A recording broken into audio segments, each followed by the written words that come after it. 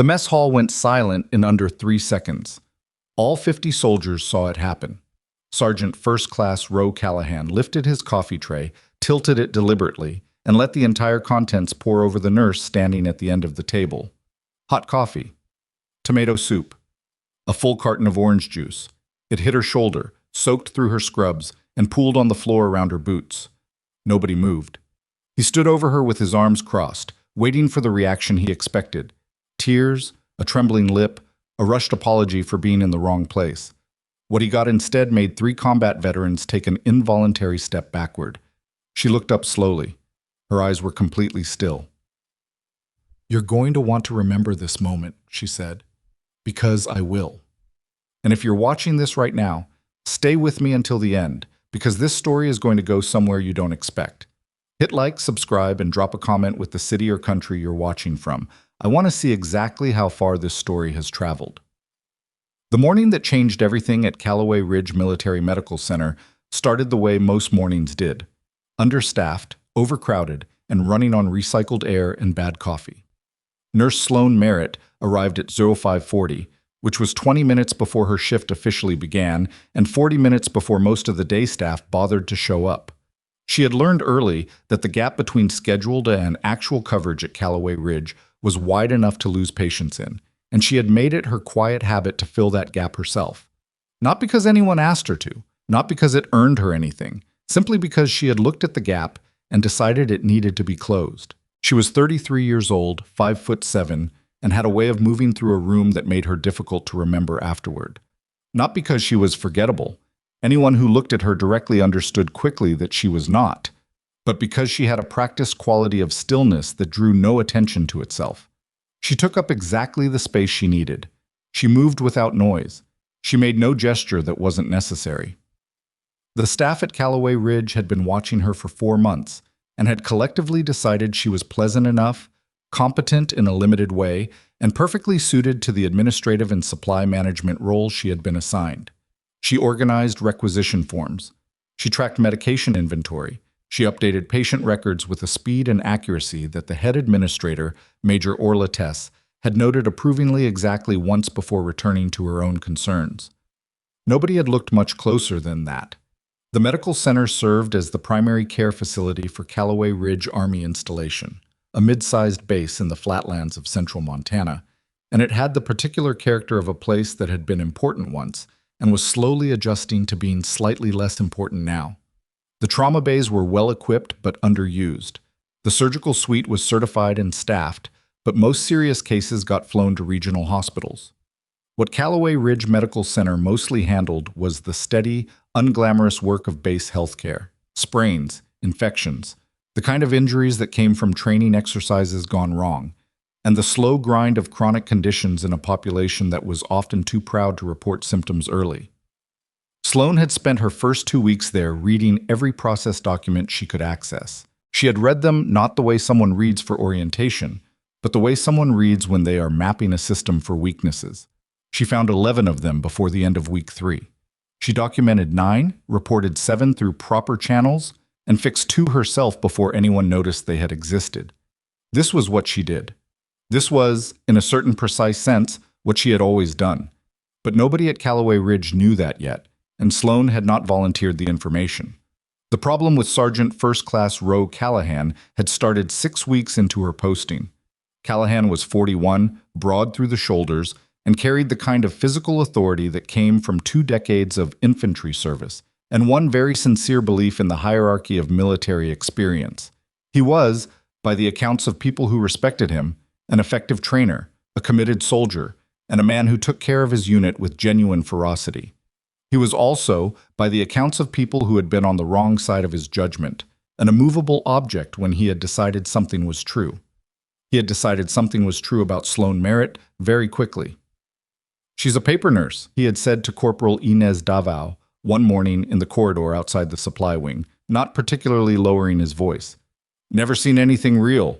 Probably couldn't handle a field dressing without a training manual." Inez had glanced toward the supply room where Sloane was working and had said nothing. Callahan had continued. "The military medical track is full of people who wanted the benefits without the weight. You can tell them by how they walk. Careful, cautious, like everything's made of glass. The irony, which Inez had noticed and would later recall, was that Sloane was, at that exact moment, reorganizing the controlled substances cabinet in a way that would eventually reveal that 3 months of morphine sulfate had been logged but not delivered, which was not, by any definition, careful or cautious work. But Callahan had not known that yet, and so his opinion had calcified. Over the following weeks, he found ways to make it known. He questioned her supply authorizations in front of other staff. He sent her requisition forms back with comments attached that were technically about procedure and practically about competence. He told a story twice in the break room about a nurse he'd served alongside in an overseas posting who actually knew what she was doing, the implication hanging in the air long after he had finished speaking. Sloane had absorbed each of these without changing her expression or her pace. What she did instead was work. She rebuilt the emergency supply tracking system on the center's internal network using a framework she designed herself, which reduced restocking lag from 72 hours to 11. She identified a recurring error in the medication dispensing records that had been generating false shortage flags for 6 months and quietly corrected the root formula. She reorganized the trauma supply cart so that critical items were positioned by statistical likelihood of use during a specific class of injury rather than by the alphabetical convention that had somehow persisted since 1987. None of this was her assigned work. All of it needed doing. She did it in the margins of shifts, in the early mornings before the day staff arrived, in the brief windows between tasks that most people filled with phone screens and coffee. Major Tess had noticed the changes without fully tracing them to Sloane. The system ran better. She credited this vaguely to her own management and moved on. Callahan had noticed nothing except that the nurse was still there, still quiet, and still, in his assessment, out of her depth. The morning of the mess hall incident, Sloane had been sitting at the end table in the cafeteria, eating at Yo 615, because she had a 0700 procedure prep to run and needed to be done before the morning rush. She had a bowl of oatmeal and a folder of supply discrepancy reports she had been compiling for the past 2 weeks, a set of numbers that had started to form a shape she didn't like. Callahan had come in with 4 members of his training unit, all of them loud in the way of men who had already been outside and physical and were now burning off residual energy in an enclosed space. He had seen her at the end table, he had picked up his tray, and then he had walked toward her with the particular deliberateness of someone who had already decided what was about to happen. Later, the people who witnessed it would offer different accounts of what preceded the moment the tray tilted. Some said he tripped. Some said his hand slipped.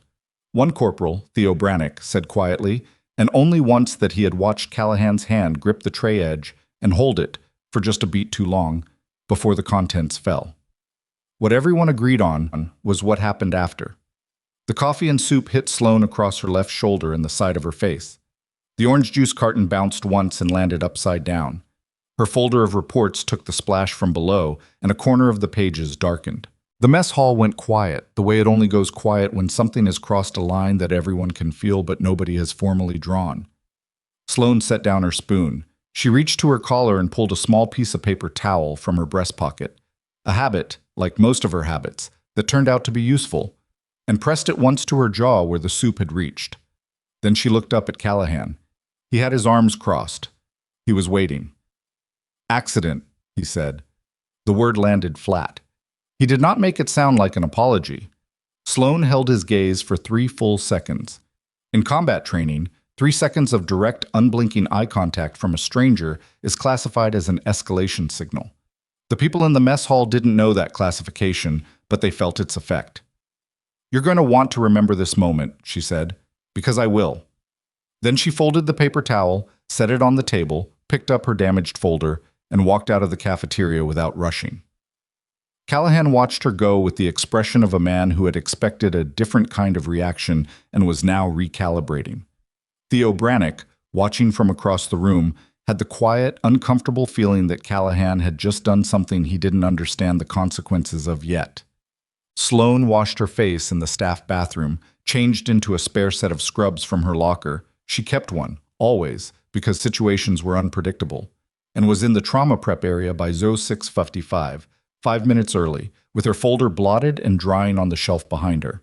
She did not file a complaint. She was not going to file a complaint. Not because she was afraid of the process or uncertain of the outcome, but because a formal complaint was a visible action, and visible actions were not what this situation called for. Not yet.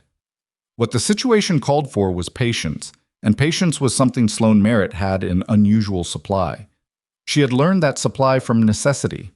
Her actual file, not the one in Calloway Ridge's personnel system, which was clean and unremarkable, and described a nurse with 8 years of clinical experience and a background in emergency medicine, was housed at a level of classification that required a specific authorization code to access. The name on that file was the same, the photograph matched, but the contents were different in almost every meaningful way. Sloane had spent 6 years as a special operations medical specialist before her clinical nursing career. The unit she had served with operated under a program that officially did not exist in the publicly accessible military record, which meant that the people who knew her real background could be counted on one hand, and 3 of those people were currently deployed to locations she was not permitted to know. The program had given her, among other things, a threshold for discomfort that was very high, higher than most people expected, higher certainly than Rowe Callahan expected. She had been placed at Calloway Ridge by someone above Major Tess's pay grade for a reason that had not been fully explained to her in writing. What she had been told was that there were anomalies in the medical center's supply records that had attracted interest at a level the base's internal oversight wasn't equipped to address, and that a specialist was needed who could move quietly inside the system without drawing attention to the inquiry. She had been told to present as a nurse. She was a nurse. That part was fully genuine. She had completed the credential through an accelerated program during a transitional period, and she was good at it in the same way she was good at most things, which was thoroughly and without fanfare. But the supply anomalies were why she was here, and the folder she had been reviewing in the cafeteria, the one that was now drying on the shelf behind her, contained the first clear evidence that the anomalies were not a data entry problem. They were a pattern. The specific shape of the pattern had taken Sloane 3 weeks to see clearly. It started with morphine sulfate, the 3 months of logged but undelivered doses she had identified in her second week. That alone could have been administrative error. Supply chains had friction. Records had gaps. She had flagged it, logged it, and kept watching. Then she found the same structure in 2 other controlled categories: a surgical anesthetic called desflurane and a high-grade wound irrigation solution that was used exclusively in trauma care. In each case, the records showed receipt. The inventory counts showed delivery to secondary storage. But when she cross-referenced the secondary storage logs with the actual physical counts she ran herself, quietly, on Tuesday mornings when that wing of the facility was typically quiet, the numbers didn't match. Hundreds of units, across 6 months. Gone. Not returned. Not wasted. Not expired, just absent from the physical count in a way that the paperwork had been constructed to obscure. Each individual discrepancy was small enough to attribute to clerical error. The cumulative picture was not clerical error. Someone had built a system inside the system, a parallel record that showed the numbers as consistent while the actual supply walked out a different door. Sloane did not know yet who had built it or where the supply was going. She had a list of people with the access level required to manipulate those records, and that list was short. It included 3 people in supply administration, 1 person in pharmacy, and 2 people in the facility's command structure. She had been mapping the access logs carefully, cross-referencing timestamps with shift records, building a picture one data point at a time. It was meticulous work. It was the kind of work that required a certain kind of mind, not just analytical, but patient enough to sit with incomplete information for weeks without forcing a premature conclusion. She was 3 weeks from being ready to put a name to it. The mess hall incident was an irritation. It was also, she was beginning to suspect, not entirely accidental in its timing. But Major Tess called Sloane into her office at 1100 that morning. The office was small and well-organized and had a quality of controlled authority that Sloane recognized. The space of someone who managed up, not just down, and who was careful about how she presented herself to people above her in the structure. "I heard about the cafeteria," Tess said. She was sitting behind her desk with both hands flat on the surface. "Are you all right?" "I'm fine, ma'am." "Sergeant Callahan has filed a preemptive account with the adjutant's office. He's describing it as an accident." "I understand." Tess looked at her for a beat. "Are you planning to file a counter-account?" No, ma'am. Another beat. Merritt, I'm going to be direct with you. Callahan has connections within this facility. He's been here longer than most of the medical staff. Some people take his assessment of personnel seriously. Sloane understood what Tess was not quite saying. I appreciate you telling me that. He's been questioning your qualifications to 3 different department heads. I've been deflecting, but it's creating friction I'd rather not manage long term. Sloane looked at the major steadily. What are you suggesting, ma'am? Tess's expression shifted in a way that was very small and would have been invisible to anyone less trained in reading it. She was deciding how to say something. I'm suggesting that if you want to avoid escalating conflict with a senior soldier who has significant standing here, you might consider requesting a transfer. The word landed with the particular weight of a thing being said carefully.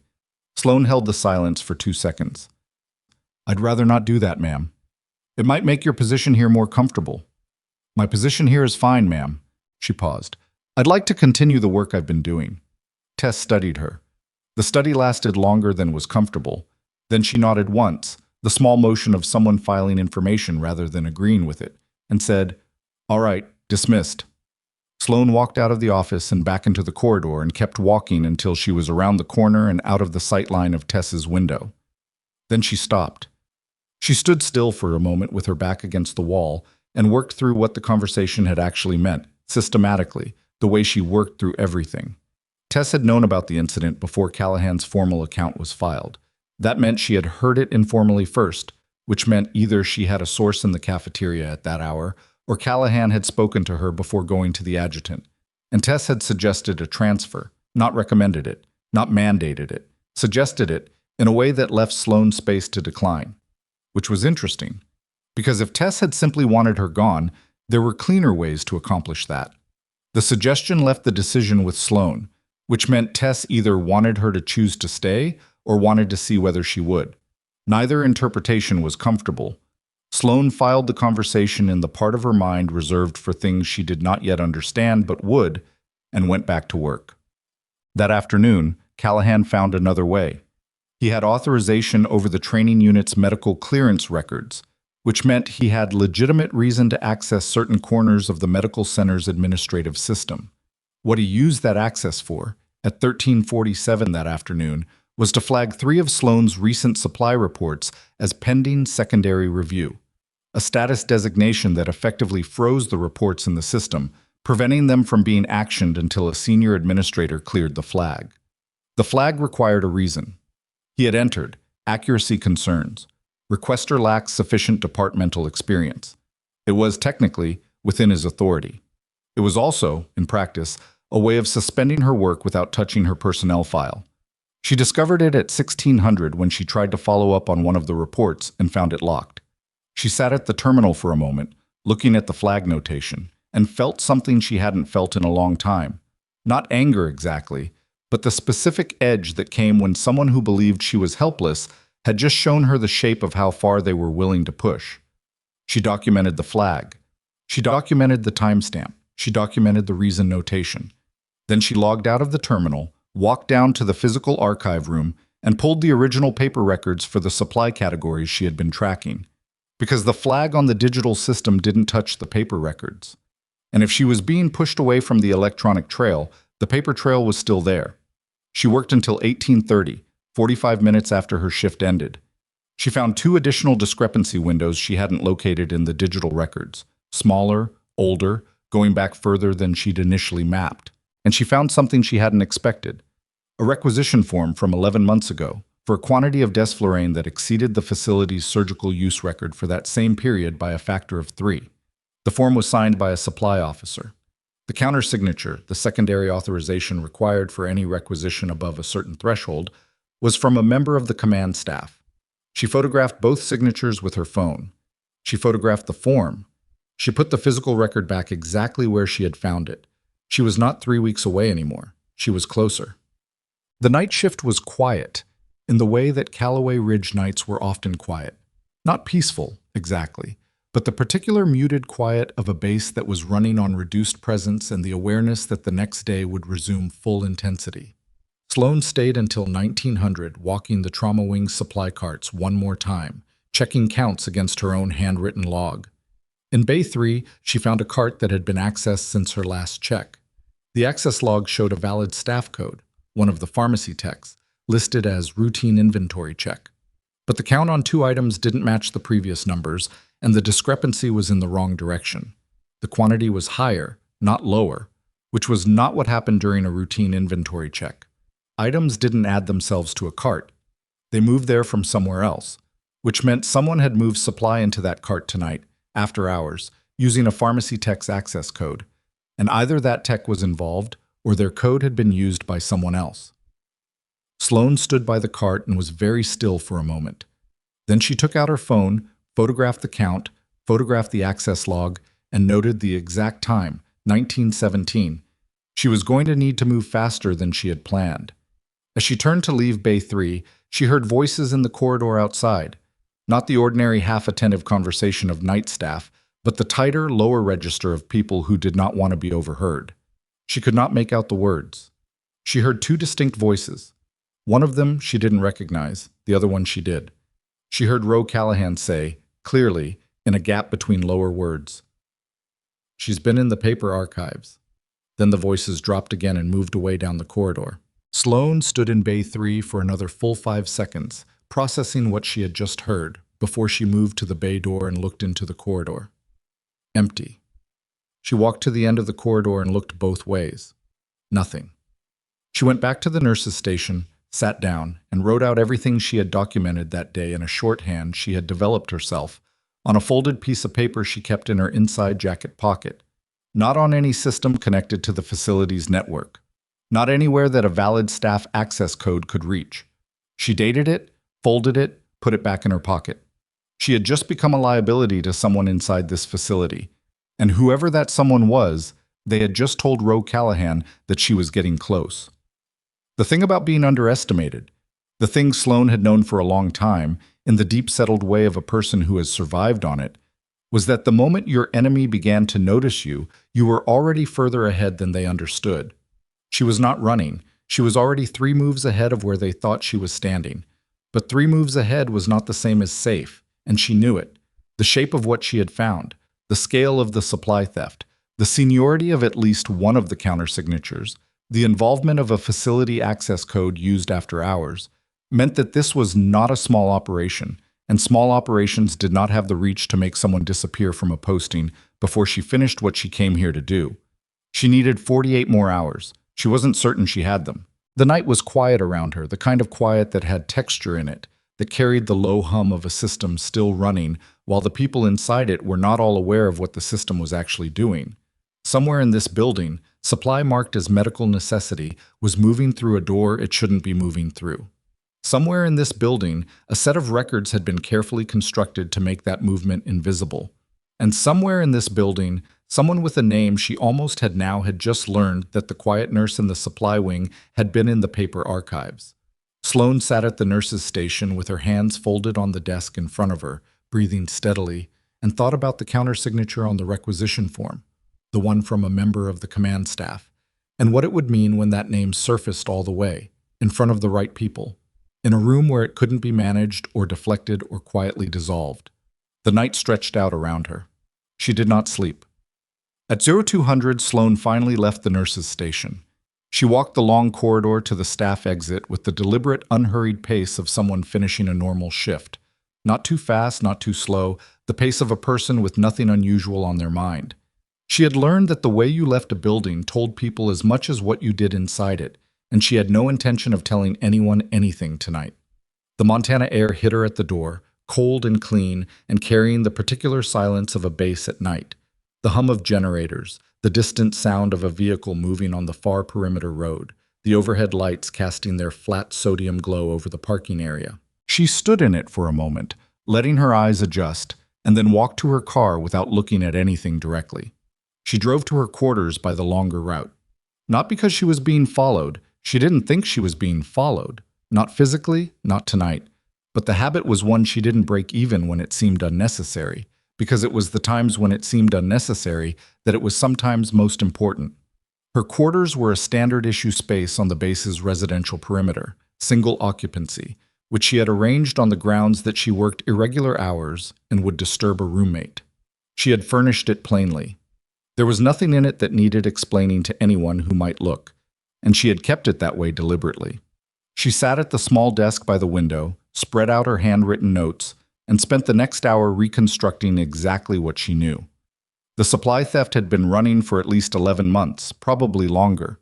The paper records she'd accessed only went back that far before the filing system changed to a new archival structure, and she suspected the operation predated that transition. The categories involved were all high value, high demand, controlled analgesics, a surgical anesthetic, and a specialized trauma irrigation product that had a known secondary market because it was used in certain veterinary procedures that smaller facilities couldn't easily source through standard channels. Someone had identified the categories carefully. This was not opportunistic theft. This was constructed. The requisition form with the dual signatures was the clearest evidence she had of command-level involvement. She had one countersignature photographed. She didn't have the countersigner's name yet. She had the form and the signature itself, and she had cross-referenced it against 3 documents in the archive, but the handwriting match wasn't clean enough to take to anyone without additional confirmation. She needed one more document, one more matching signature on something that was definitively attributable. She also needed to understand what Callahan's role was. The question she couldn't yet answer cleanly was whether Callahan was a participant in the operation or a tool of it. His access to the administrative system was real, but limited. He could flag her reports, disrupt her workflow, and create institutional friction, but he didn't have the system access required to manipulate the supply records at the level this operation required. What he had was standing, reach, and the kind of informal authority that came from years of presence on a base where people trusted familiar faces. Someone with access was using someone with standing. She didn't know yet which side of that Callahan was on knowingly. She wrote the question at the bottom of her notes and underlined it once, which was her habit for things she needed to hold loosely, to keep in view without forcing prematurely toward an answer. Then she folded the notes, put them back in her pocket, and lay down on the bed with her jacket still on. She slept for 4 hours, which was enough. The next morning, Sloane arrived at 05:30 and went directly to the pharmacy wing before the day shift came on. She had a legitimate reason to be there. A routine cross-check of the controlled substance log was part of her supply oversight responsibilities, and she had been running them weekly. It was Tuesday. The timing was unremarkable. What she was actually looking for was the access log for the pharmacy dispensing system. She found it, ran the standard check she was supposed to run, and while the terminal was open, navigated to the session log for Bay 3's supply cart, the one she had found in an altered state the previous evening. The session showed 3 access events, her own at 1734, the pharmacy text code at 1851, and a third entry at 2043 that was listed under a general maintenance override code. A maintenance override code was used to bypass standard authentication for emergency access, equipment failure, system outage, that kind of circumstance. It was supposed to be logged with an incident number. This one had no incident number attached. She photographed the screen. She noted the timestamp. The override code's usage was logged in the facility's system administration records, which she didn't have access to directly. But she knew who did, and she knew that a maintenance override used for non-emergency purposes without an incident number was a reportable anomaly under the facility's own protocols, which meant she had a legitimate reason to flag it upward without revealing what she actually suspected. She drafted the flag on a standard form, cited the protocol reference, and submitted it to the facility's IT security officer, whose name was Warrant Officer Dale Prentice, and who she had spoken to exactly once before about a network login issue in the supply wing. Prentice was methodical and regulation-driven in the way of someone who had found their professional home in a role that rewarded precision and resented improvisation. He would open the flag, he would follow the process. And when he pulled the session detail on that maintenance override, he would find the same blank incident number she had found. What he did with it after that was not in her control, but the flag was now in the system, dated, time-stamped, and attributed to her. If anyone tried to erase what had happened in Bay 3 last night, they would first have to explain the flag. She submitted the form at 0612 and went to get coffee. The shift began normally, which was itself a kind of information. She had half expected some form of response to Callahan hearing she had been in the paper archives. A conversation pulled from another room, a formal summons to someone's office, another flag on her system access. Nothing came. The morning moved through its ordinary motions: patient rounds, medication management, a supply delivery that needed signing for, two junior staff members with questions about charting protocol. She answered the charting questions and signed for the delivery and watched the morning the way she watched everything, which was without appearing to watch it. At 0900, Corporal Inez Davao appeared at the door of the supply office. Inez was 26, sharp-edged in the way of someone who had come up through a unit that didn't reward softness, and she had always treated Sloane with a neutrality that was different from the open skepticism of people like Callahan. Not warm, but not hostile either. A waiting quality. Like she hadn't yet decided what she thought. She looked at Sloane now with an expression that had something uncertain in it. "Do you have a minute?" she said. "I do." Inez came in and closed the door, which was unusual. She stood near it rather than sitting down, which told Sloane the conversation was something she might want to leave quickly if it went wrong. "I was in the cafeteria yesterday morning," Inez said, "when Callahan did what he did. I know, I saw you. I didn't say anything. I noticed that too." Inez's jaw moved. "I want you to know it wasn't— I didn't think it was okay, what he did." Sloane waited. "He's been telling people things. About you. That you flagged him for something and he's building a formal case. That you've been accessing records you're not authorized for." She stopped. "I don't know if that's true." "It's not," Sloane said. "Okay." A pause. "He's also been saying that you're going to be reassigned, that it's already in process." Sloane held that information without changing her expression. "Where did he hear that?" "He didn't say." "What do you think of that, Corporal?" Inez looked at her directly. "I think someone's trying to move you before you finish something. I don't know what that something is." She paused again. "I think you're not what people think you are." The room was quiet. "Why are you telling me this?" Sloane asked. "Because," Inez said slowly, "I've been watching you work for 4 months, and I've never seen you make a mistake. And the people I've seen try hardest to move someone along without reason are usually the ones who need them gone." She reached for the door handle. "I thought you should know what's in the air." She left. Sloane sat still for a moment after the door closed. The reassignment story was a pressure tactic. She was fairly certain of that. A formal reassignment would leave a paper trail, and anyone who understood how to move quietly wouldn't generate that paper trail unnecessarily. But the story being circulated served a purpose. It was meant to reach her, to make her feel the ground shifting, to push her toward making a mistake or accelerating in a way that she couldn't sustain cleanly. She was not going to make that mistake.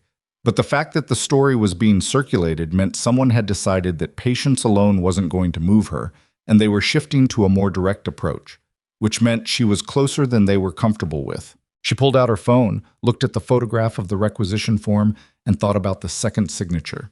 She knew which physical file it needed to match.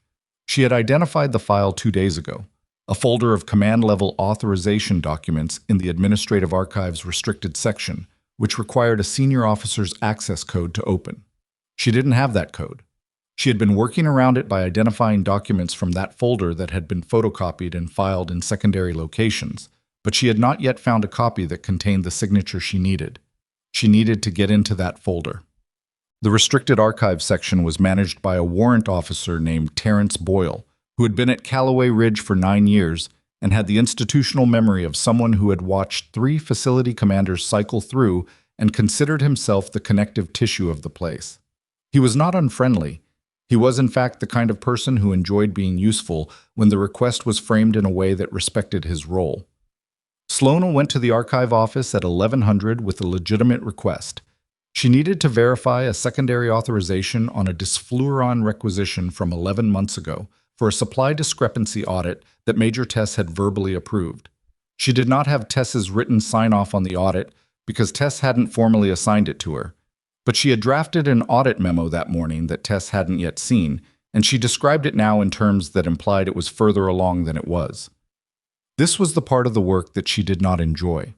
The managed truths, the framing that was technically accurate in each individual component and collectively more misleading than any one component alone. She was not dishonest by nature, but she was pragmatic, and the situation she was in required movement, not purity. Boyle looked at her request, asked 2 clarifying questions about the audit scope, and then said, "That folder's restricted under Colonel Harwick's code. I can't open it without his authorization." Colonel Harwick. Sloane kept her face neutral. "Is the colonel available today?" "He's in a command meeting until 1400. You could submit a formal access request through his office." "That works," she said. "Thank you, warrant officer." She walked out of the archive office with Colonel Harwick's name sitting very still in the front of her mind. She had identified 6 people with the access level required to manipulate the supply records. She had known one of them was from the command structure. Colonel Harwick was the facility's deputy commander, the second-ranking officer at Calloway Ridge Medical Center, beneath only the installation's overall commanding officer. If Harwick's code protected the restricted archive folder that contained the authorization documents, the folder that had the signature she needed to match, that was either a coincidence rooted in his legitimate administrative role, or it was a man protecting the documents that contained his own name. She needed to know which one. She went back to her office and pulled up everything the base network showed her about Colonel Harwick's administrative profile. His role gave him authority over supply allocation at the command level, which was procedurally normal. He had been at Calloway Ridge for 14 months, a posting that had begun approximately 3 months before the earliest date on the supply anomalies she had mapped. The timeline fit. She was looking at the center of it. At 17:30, Callahan found her in the trauma wing corridor. He was not in uniform. He was in training gear, which meant he had come from the physical training facility, and he had come here specifically. His expression had shifted from the contemptuous ease of the previous weeks to something tighter and more controlled, the face of a man who had been told to deliver a message and was deciding how he felt about delivering it. "Merritt," he said. She stopped. "Sergeant, I want to talk to you." "All right." He looked at the corridor, the empty stretch of it, the nearest doorway 20 feet away. "Not here." "Then where?" "My office. 10 minutes." She looked at him steadily.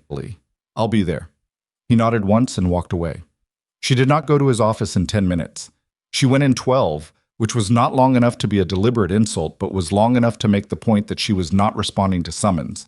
She also stopped at the nurse's station on the way and told Corporal Brannick where she was going and when, which was not something she would normally do, and which she said in a tone that made Brannick write it down without asking why. Callahan's office was small and functional, the walls covered in the kind of organized documentation that spoke to a man who ran his unit tightly. He was standing behind the desk when she came in, not sitting. Another message, whether he knew it or not. "Close the door," he said. She did. "I'm going to say this once." His voice was level, but had an edge underneath it, a tension that was different from his usual posture. "You need to stop what you're doing." "I'm managing medical supply records, Sergeant. That's my assignment." "Don't." He said the word flatly. "I'm not an idiot. I know what you've been pulling from the archives. I know what flags you've been submitting. You're turning over something that's been running longer than you've been here, and the people who have a stake in it are not going to let you just walk it into someone's office." She was quiet for a moment. "How long have you known about it?" Something moved behind his eyes. "Long enough." "That's not an answer." His jaw tightened. "I found discrepancies in the training unit's medical kits 8 months ago. Supply items that should have been restocked hadn't been. I reported it up through the normal channel and was told it was a vendor issue. I followed up twice. Both times I was told it was resolved, but the kits were still short." He stopped. "I started watching the supply system on my own. I couldn't access most of what I needed, but what I could see told me it was more than a vendor issue." "You've known for 8 months," Sloane said, "and you've been obstructing my work for 6 weeks." He didn't flinch, but she saw the word land. "I wasn't told what you were actually doing here. I was told you were a routine posting who'd been asking questions above her level, and that if she kept going, she was going to get herself hurt." "Who told you that?" A pause that lasted 1 beat too long. "Someone I trusted." "And now?" Another pause. He looked at his desk, then back at her. When he spoke again, his voice had shed some of its edge, and what was underneath was harder to categorize. Not exactly remorse, but something in that direction. "The thing in the cafeteria. I'm not going to explain it. There's no version of it that sounds acceptable." "No," she agreed. "There isn't. I was—" He stopped, tried again. I was looking for a reason to push you out before you got hurt. And I was angry. About things that had nothing to do with you. He paused. That's not an excuse, it's just what was true. She studied him for a long moment. Sergeant, she said, I need to know the name of the person who talked to you about me. Not who told you I was asking questions. The name of the person who told you I needed to be moved. The silence stretched. If I give you that name, he said slowly, and I'm wrong about what they're capable of, you're going to be in a lot of danger. I'm already in a lot of danger, Sloane said. I just haven't found a reason to be worried about it yet. He looked at her for a long time. The look had in it something she had seen occasionally in people who had been carrying a thing alone for too long and had just realized they didn't have to. A calculation, rapid and reluctant, between the cost of trust and the cost of continuing alone. Harwick, he said. The name landed in the room like a stone dropped into water. She had known it, or nearly known it, but hearing it said aloud by someone else, unprompted, from a different direction, was different from knowing it herself. It made it solid. He came to me 3 weeks after you arrived, Callahan continued. Told me you were a concern. Said you had a history of filing grievances against command staff at prior postings, that you'd caused problems elsewhere, that the best thing for the unit was to make the posting uncomfortable enough that you requested reassignment voluntarily. He paused. He said it like he was doing me a favor by letting me know. And you believed him. I had no reason not to. He outranks everyone in this facility below the installation CO. He's been here longer than most of the staff. He has... Callahan stopped. He presents well, like someone who does things by the book. The people who are good at stealing from a book usually do. He didn't respond to that. The documents I need are in a restricted archive folder, she said, under his access code. Callahan's expression shifted. You can't go in there without authorization. I know. If you try to access a restricted folder without the proper code, it gets flagged immediately. It'll go straight to his office, she said. I know. The room was quiet. There's another way, she said, but I need you to be willing to do something that's going to be uncomfortable. He looked at her with an expression she couldn't fully read, some mixture of wariness and something that might have been the beginning of something else. What kind of uncomfortable? The kind where you file a formal complaint about the training kit supply shortages you documented 8 months ago, she said. A formal complaint, not an informal report. Through channels that go above this facility. He went very still. That goes to the installation CO. Yes. That opens an investigation. Yes. And Harwick will know immediately. Yes, she said. He will. But the moment a formal complaint with documentation is filed at the installation level, the records associated with it become protected, including the archive folder, including everything in it. She paused. He can't touch what he can't move, and he can't move it once it's under a formal inquiry. Callahan looked at her for a long time. Something was happening in his face, a slow, uncomfortable reckoning with the gap between what he had thought was happening and what she was describing to him now. He used me, he said, not a question. Yes. He pointed me at you to keep me busy. Yes. The muscle in his jaw worked. He looked at the wall, then back at her. If I file that complaint and the inquiry goes sideways, if Harwick has friends above the installation CO, then we'll both have a problem, Sloane said. But right now, the bigger problem is that every day the operation runs is another day the theft is documented and the documentation is under his control. He was quiet for a long moment. I need tonight, he said finally, to pull together everything I have. I kept records. I wasn't sure why at the time, but I kept them. I'll need copies. You'll have them. He looked at her. I have one condition. Tell me. Whatever comes out of this, the full scope of it, it gets documented accurately. My role in what I did to you, all of it. I'm not asking to be protected. I'm asking that it's accurate. She held his gaze. That's not a condition. That's just what's going to happen. He nodded. Something in his posture shifted. Not quite relief, but the specific release of a man who had been holding himself at a wrong angle for a long time and had just allowed himself to stop. She left his office at 1404. She was at the nurse's station by 1410, updating supply logs as though the last 40 minutes had been routine, when her phone buzzed with an internal message from the IT security office. It was from Warrant Officer Prentice. Maintenance override flag submitted 0612. I've pulled the session detail. There's no incident associated with this code use. I'm running a secondary audit. I'll need to speak with you in person. Are you available at 6600? She typed back, yes. My office. She set the phone down. 2 lines of approach, converging. The archive documents, and now the system log. Either one, properly documented and filed, created traction. Both together created something harder to stop. Harwick had known she was in the paper archives.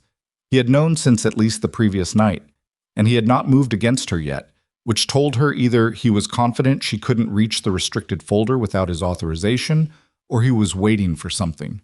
She was going to give him reason to stop waiting.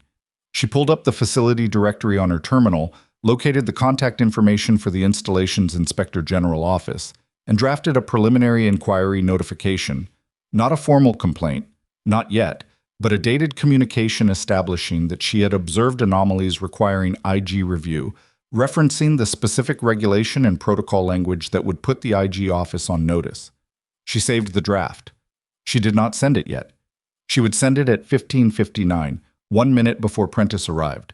Because the moment the IG notification went out, anyone who subsequently moved against her would be doing so under the scrutiny of a logged and time-stamped official communication. The afternoon was quiet around her, too quiet. The kind of quiet that comes not from absence of activity, but from the deliberate suspension of it, a held breath before something shifts.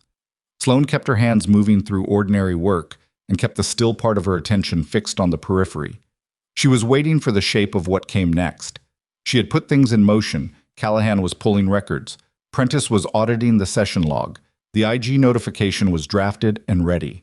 And somewhere in this building, Colonel Harwick was managing whatever he was managing, and she did not yet know how far his reach extended or how quickly he moved when he felt the walls closing. At 15:30, Corporal Brannock came to the office doorway and knocked on the frame. "Nurse Merritt," he said. His voice had something tight in it. "There's a vehicle outside, military police. 2 of them went into the command building 10 minutes ago." He paused. "They're asking for someone from the medical staff. I don't know who." Sloane looked at him. "Who told you?" "Davao. She was outside on a break." Sloane stood up from her desk. The military police arriving at a facility command building was not unusual in the abstract. In this specific context, on this specific afternoon, it was either confirmation that someone had moved before she had, or it was exactly the thing she had set in motion and had not expected to arrive this fast. She walked to the window at the end of the supply office corridor, the one that looked toward the command building's side entrance. There were 2 vehicles, not one, both marked.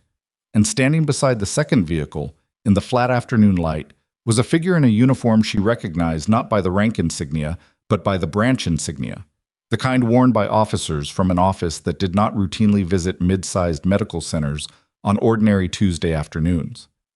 The Army Criminal Investigation Division.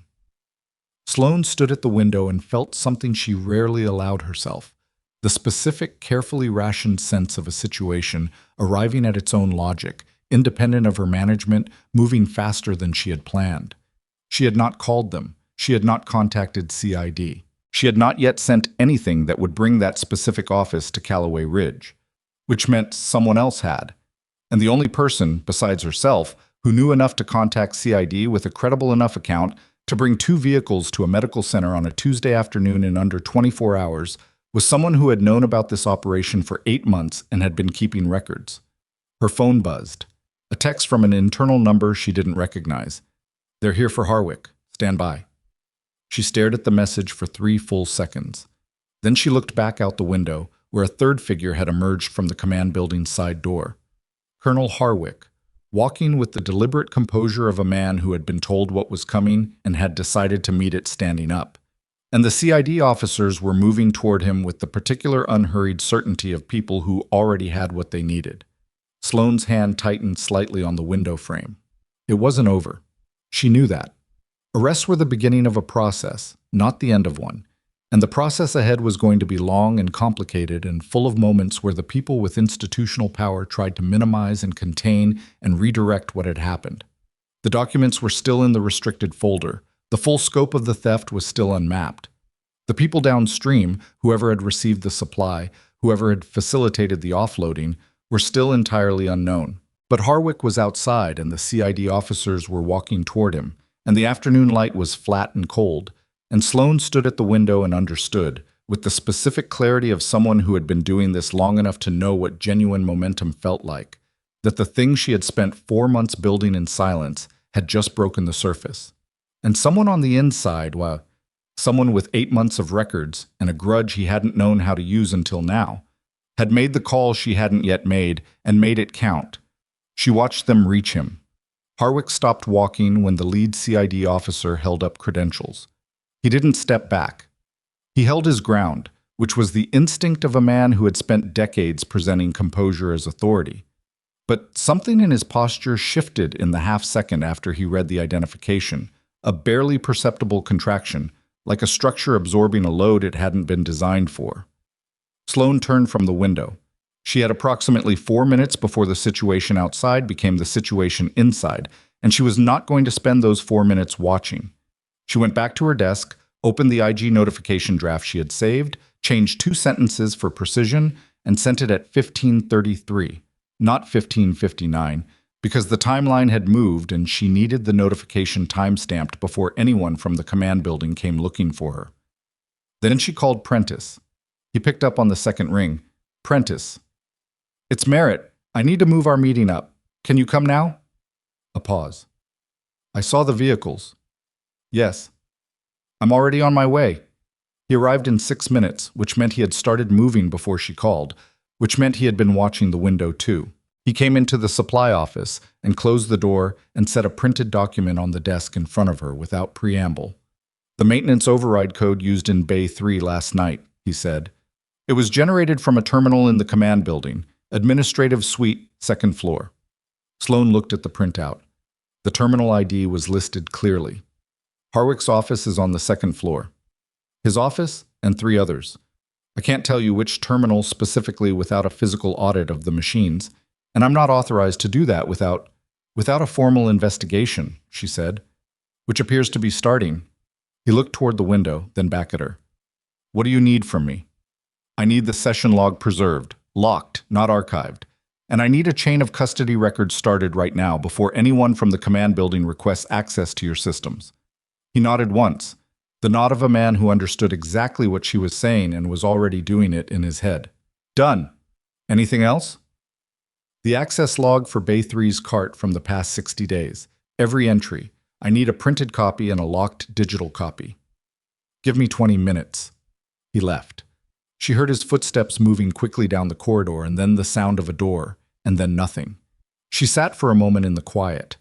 The thing about a situation arriving faster than planned was that it created both opportunity and exposure simultaneously.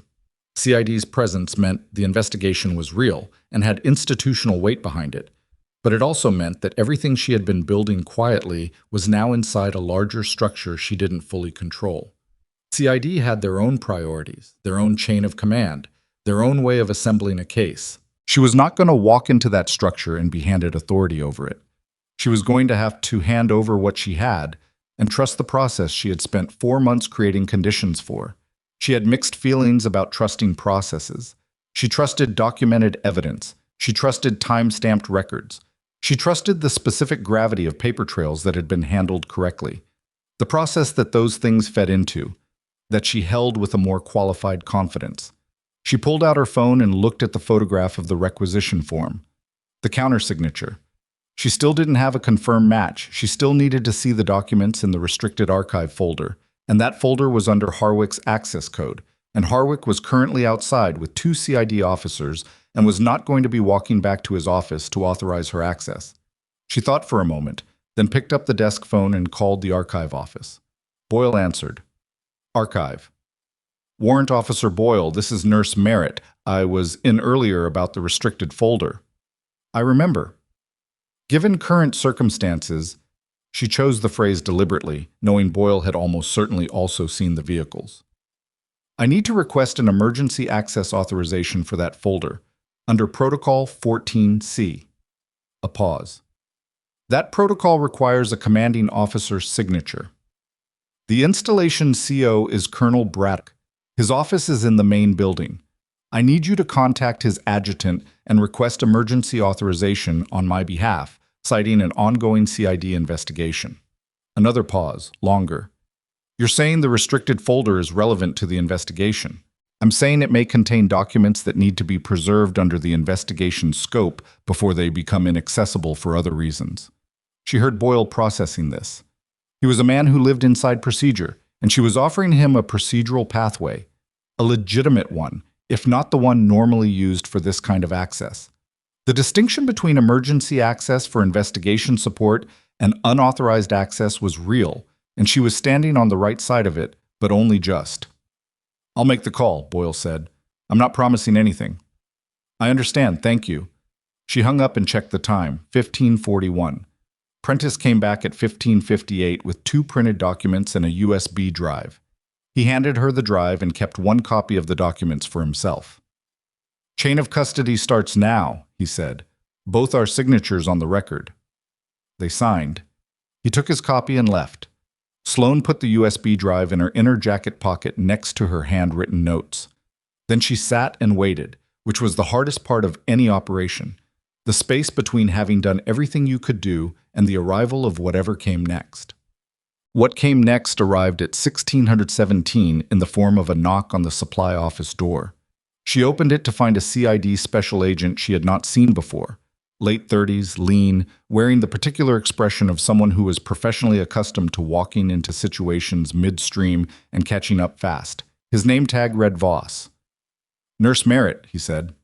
It was not a question. Yes. Special Agent Voss, CID. I need to speak with you. Is now a good time? It is. He came in and closed the door and looked around the office with the brief, comprehensive scan of someone mapping a space by habit, then settled his attention on her. You submitted an IG notification at 15:33 today. I did. And a flag to facility IT security this morning about a maintenance override code. Also correct. He looked at her steadily. How long have you been building a supply discrepancy file? 4 months. Something moved in his expression. Not surprise exactly, but a recalibration. And you didn't contact CID directly because I didn't have a confirmed name until yesterday, and I needed the documents in the restricted archive folder before I could confirm it with the certainty required to make the contact credible. She paused. Someone else contacted you. Someone else contacted us, he confirmed. 8 months of documented kit shortages from the training unit, with a very specific paper trail. He paused.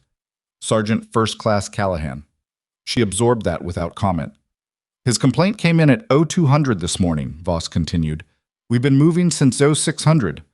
She thought about Callahan at 0200, the night after their conversation that hadn't happened yet, because that conversation had been at 13:30. She thought about this timeline and understood. He hadn't waited for her. He had gone home after the cafeteria incident or after something else and had made the call himself, before she had ever walked into his office. He had been moving in parallel. He had told her he needed a night to pull his records together, and what he hadn't said was that he had already used the previous night to send them somewhere. What do you need from me? She said. Voss reached into his jacket and produced a small voice recorder. To start from the beginning, all of it, and I need to see everything you've documented. She told him. It took 40 minutes, and she went through it systematically. The morphine sulfate discrepancy, the desfluran, the irrigation solution, the parallel record structure, the requisition form with the dual signatures, the photograph, the Bay 3 access log, the maintenance override timestamp. She laid the USB drive on the desk. She pulled out her handwritten notes and handed them over.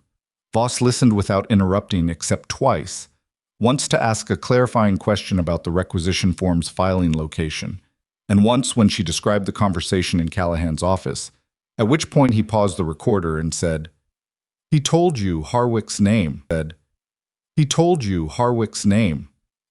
Yes. Unprompted? He prompted himself. She paused. He'd been carrying it for 8 months, and I gave him the right question. Voss looked at her for a moment. Your background, Nurse Merritt. My file is available at an appropriate clearance level. I have appropriate clearance. She met his gaze. Then you already know. He looked at her for another beat, and the look was different from the look she had been absorbing for 4 months at Calloway Ridge. Not skeptical, not dismissive, but the look of a man who was revising an assumption he had brought into the room with him and was doing it quickly. The posting here was operational. I'm not in a position to confirm or expand on that. Fair enough. He picked up the USB drive. This goes into evidence. You'll be contacted for a formal statement tomorrow, possibly the day after. He stood. One more thing. Yes. The restricted archive folder. Boyle contacted Colonel Braddock's adjutant at 1545. Authorization came through at 1603. The folder is now secured under the investigation scope. He paused. We found what you were looking for. She stayed very still. The counter-signature. Harwick. On 7 separate requisition forms going back 16 months. He said it without emphasis, the way professionals delivered the thing that confirmed what everyone had already suspected. Not a revelation, but a weight becoming real. The operation started 4 months before you arrived. You were placed here because someone at a level above this facility noticed the anomalies in the external supply chain and traced them back to a source point, which is why the posting was designed the way it was. Yes. He looked at her with something that was not quite admiration, but was in the same neighborhood, the specific regard of one professional recognizing another. And why it took someone with your particular background to get inside it cleanly. He left. Sloane sat in the supply office for a long moment after the door closed. The room was the same room it had always been. The same shelves, the same terminal, the same institutional smell of recycled air and industrial cleaning product. But the air in it felt different, less pressurized. She was not done. The work ahead was long, and the process was out of her hands now, and there would be days of formal statements and documentation reviews and the grinding institutional machinery of a criminal investigation. She knew exactly how that machinery moved because she had fed evidence into it before, in other places, under other circumstances, and she knew that the distance between what the evidence showed and what the outcome actually was could be significant and was never guaranteed. But the folder was secured. The requisition forms were in evidence. Harwick was outside with CID officers, and the thing she had come here to find had been found. She let herself have 30 seconds of that, just 30. And then she stood up and went back to work, because there were supply carts that needed checking and patient records that needed updating and a shift that wasn't over yet. And the ordinary work of keeping people alive didn't pause for the larger machinery to catch up. The next 18 hours did not go the way she expected. She had anticipated a period of managed waiting, formal statements, document reviews. The slow professional process of CID building its case from the foundation she and Callahan had constructed. What she got instead was a 0347 call from an extension she didn't recognize, which she answered because she had trained herself to answer calls at 0347. Merritt. The voice on the other end was not Voss. It was a woman, clipped and precise, with the cadence of someone who had not slept and was not planning to. This is Major Delphine Okafor, JAG Corps. I'm calling because we have a situation developing at your facility that requires your immediate presence. Sloane was already sitting up. What situation? A special operations convoy was diverted to Calloway Ridge 40 minutes ago. 7 personnel, 4 with significant injuries, 1 critical. A pause. The convoy was in the field when their embedded medical support was compromised. They're coming to you because you're the closest certified trauma facility. How far out? 12 minutes. And Merritt, Okafor's voice shifted slightly. The convoy commander has requested specifically that a qualified trauma specialist be on the receiving team. Not just available, on the team. I'll be there. She was dressed and out the door in 4 minutes. The night outside was cold and very clear, the kind of Montana night that had no middle distance, just the immediate circle of the base's lights, and then the absolute dark of the open land beyond the perimeter. She was crossing the parking area toward the medical center's trauma entrance when she heard the vehicles, still a distance out, moving fast, the distinctive sound of military transport under speed. The trauma wing was already activating. She could see the lights through the entrance, the movement of staff. She pushed through the doors and found Corporal Brannick at the receiving station, looking like a man who had been woken from deep sleep and was not yet fully caught up to the situation. How many critical? She said. One confirmed, two serious. They radioed ahead. The critical is a chest wound. Penetrating. They think right lung, possible cardiac involvement. What's our trauma surgeon status? Dr. Waverly is 20 minutes out. She was off base. 20 minutes is too long for a penetrating chest wound with cardiac involvement. She was already moving toward the supply room. Who's here? Resident on call is Dr. Fenwick. Brannick hesitated. He's what? He's done 2 chest procedures. Both went fine, but get him to the trauma bay. I'll be right behind you. She went to the supply room and scanned the shelves in 3 seconds. Not reading, recognizing, the way she had been trained to do it. The inventory mapped in her mind from months of management. She pulled a thoracotomy tray, a chest drain kit, and 2 units of O- from the emergency reserve. And she did this in 40 seconds, which wasn't fast by her own standard, but was fast by the standard of the facility, and she heard behind her the sound of the convoy arriving at the trauma entrance. The particular heavy diesel sound of military transport cutting its engine. And she moved. The first thing she saw when she came through the trauma bay doors was that the situation was worse than the radio report. There were not 4 injured, there were 5. The 5th, a young specialist, maybe 22, with a tourniquet on his left thigh that had been applied correctly but was approaching the edge of its effective window, had been obscured by the others in the vehicle and not counted in the initial report. He was conscious and pale and had the specific flat look of someone who had lost enough blood to stop being frightened and had entered the quieter place beyond it. The critical patient was on the first gurney, a staff sergeant, broad-shouldered, with a field dressing over his right chest that had been packed well under difficult conditions. His breathing was labored, asymmetric on the right side, and she could hear from 3 feet away the faint sucking quality that indicated a tension pneumothorax beginning to develop. He had maybe 8 minutes before that became unsurvivable without intervention. Dr. Fenwick was at the gurney looking at the monitor readout with the expression of a man doing fast mental math and not liking the answer. Penetrating right pneumothorax with tension development, Sloane said as she set the tray down. We need a needle decompression now, not in a minute, now. Second intercostal space, mid-clavicular line. Fenwick looked at her. I know the procedure. Then do it. He did. His hands were not perfectly steady. They were steady enough, which was what mattered. And the needle went in correctly, and the hiss of released air was audible in the bay, and the staff sergeant's breathing changed almost immediately, the asymmetry lessening, the sucking quality gone. Chest drain next, she said. 5th intercostal mid-axillary. I'll manage the drain placement. You manage his airway. You're not, Fenwick started. I'm managing the drain placement, she said. You manage his airway. The tone of it was not loud. It was not aggressive. It had the quality of an instruction issued by someone who had given instructions in louder places than this and had learned that volume was not what made people follow them. Fenwick heard it and moved to the airway without further discussion. The chest drain took 4 minutes. It was not a clean 4 minutes. The patient moved twice, once from pain and once from a drop in blood pressure that required an immediate saline push, and the second intercostal placement required a correction after the first attempt hit a position that was too anterior. She corrected without pause, without comment, without any of the performance of stress that would have slowed the room down. The drain was placed, the blood pressure stabilized. The monitor showed improving oxygen saturation. She turned to the specialist with the tourniquet. His name tape read Garvey. He was watching her with the specific focused attention of a person who has been close to dying and is now tracking the person keeping them from it with the concentration of someone for whom that person is the only thing in the room. Garvey, she said, how long has the tourniquet been on? Hour and maybe 40. His voice was thin.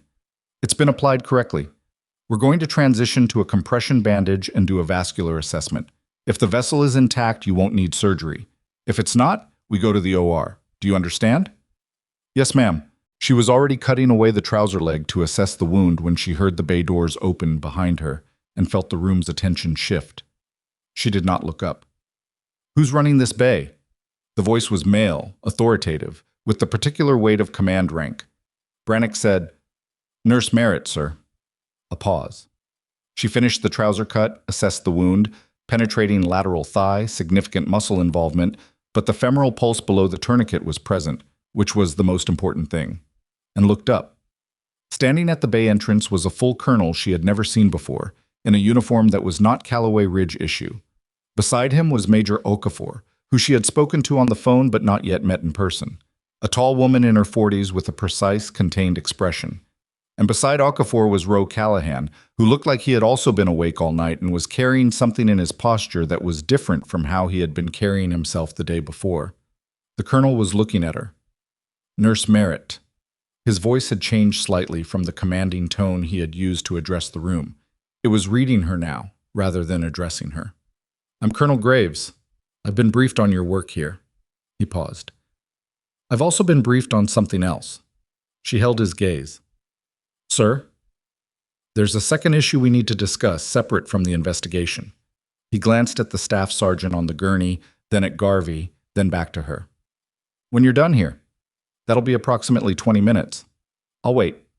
He stepped back from the doorway, and she turned back to Garvey's leg, and the bay continued its work. The controlled, pressured, imperfect work of people doing difficult things under poor conditions with instruments that were never quite the right ones. And she did not think about what Colonel Graves had said, because thinking about it wouldn't help Garvey's leg, and Garvey's leg was what was in front of her. It took 23 minutes, not 20, because the vascular assessment required an additional ultrasound pass that Dr. Fenwick had to perform twice to get a clean image. The vessel was intact. Garvey was not going to need surgery. She told him this quietly, and he closed his eyes for a moment. And when he opened them, they were wet, which was reasonable, and she did not comment on it, which was the right call.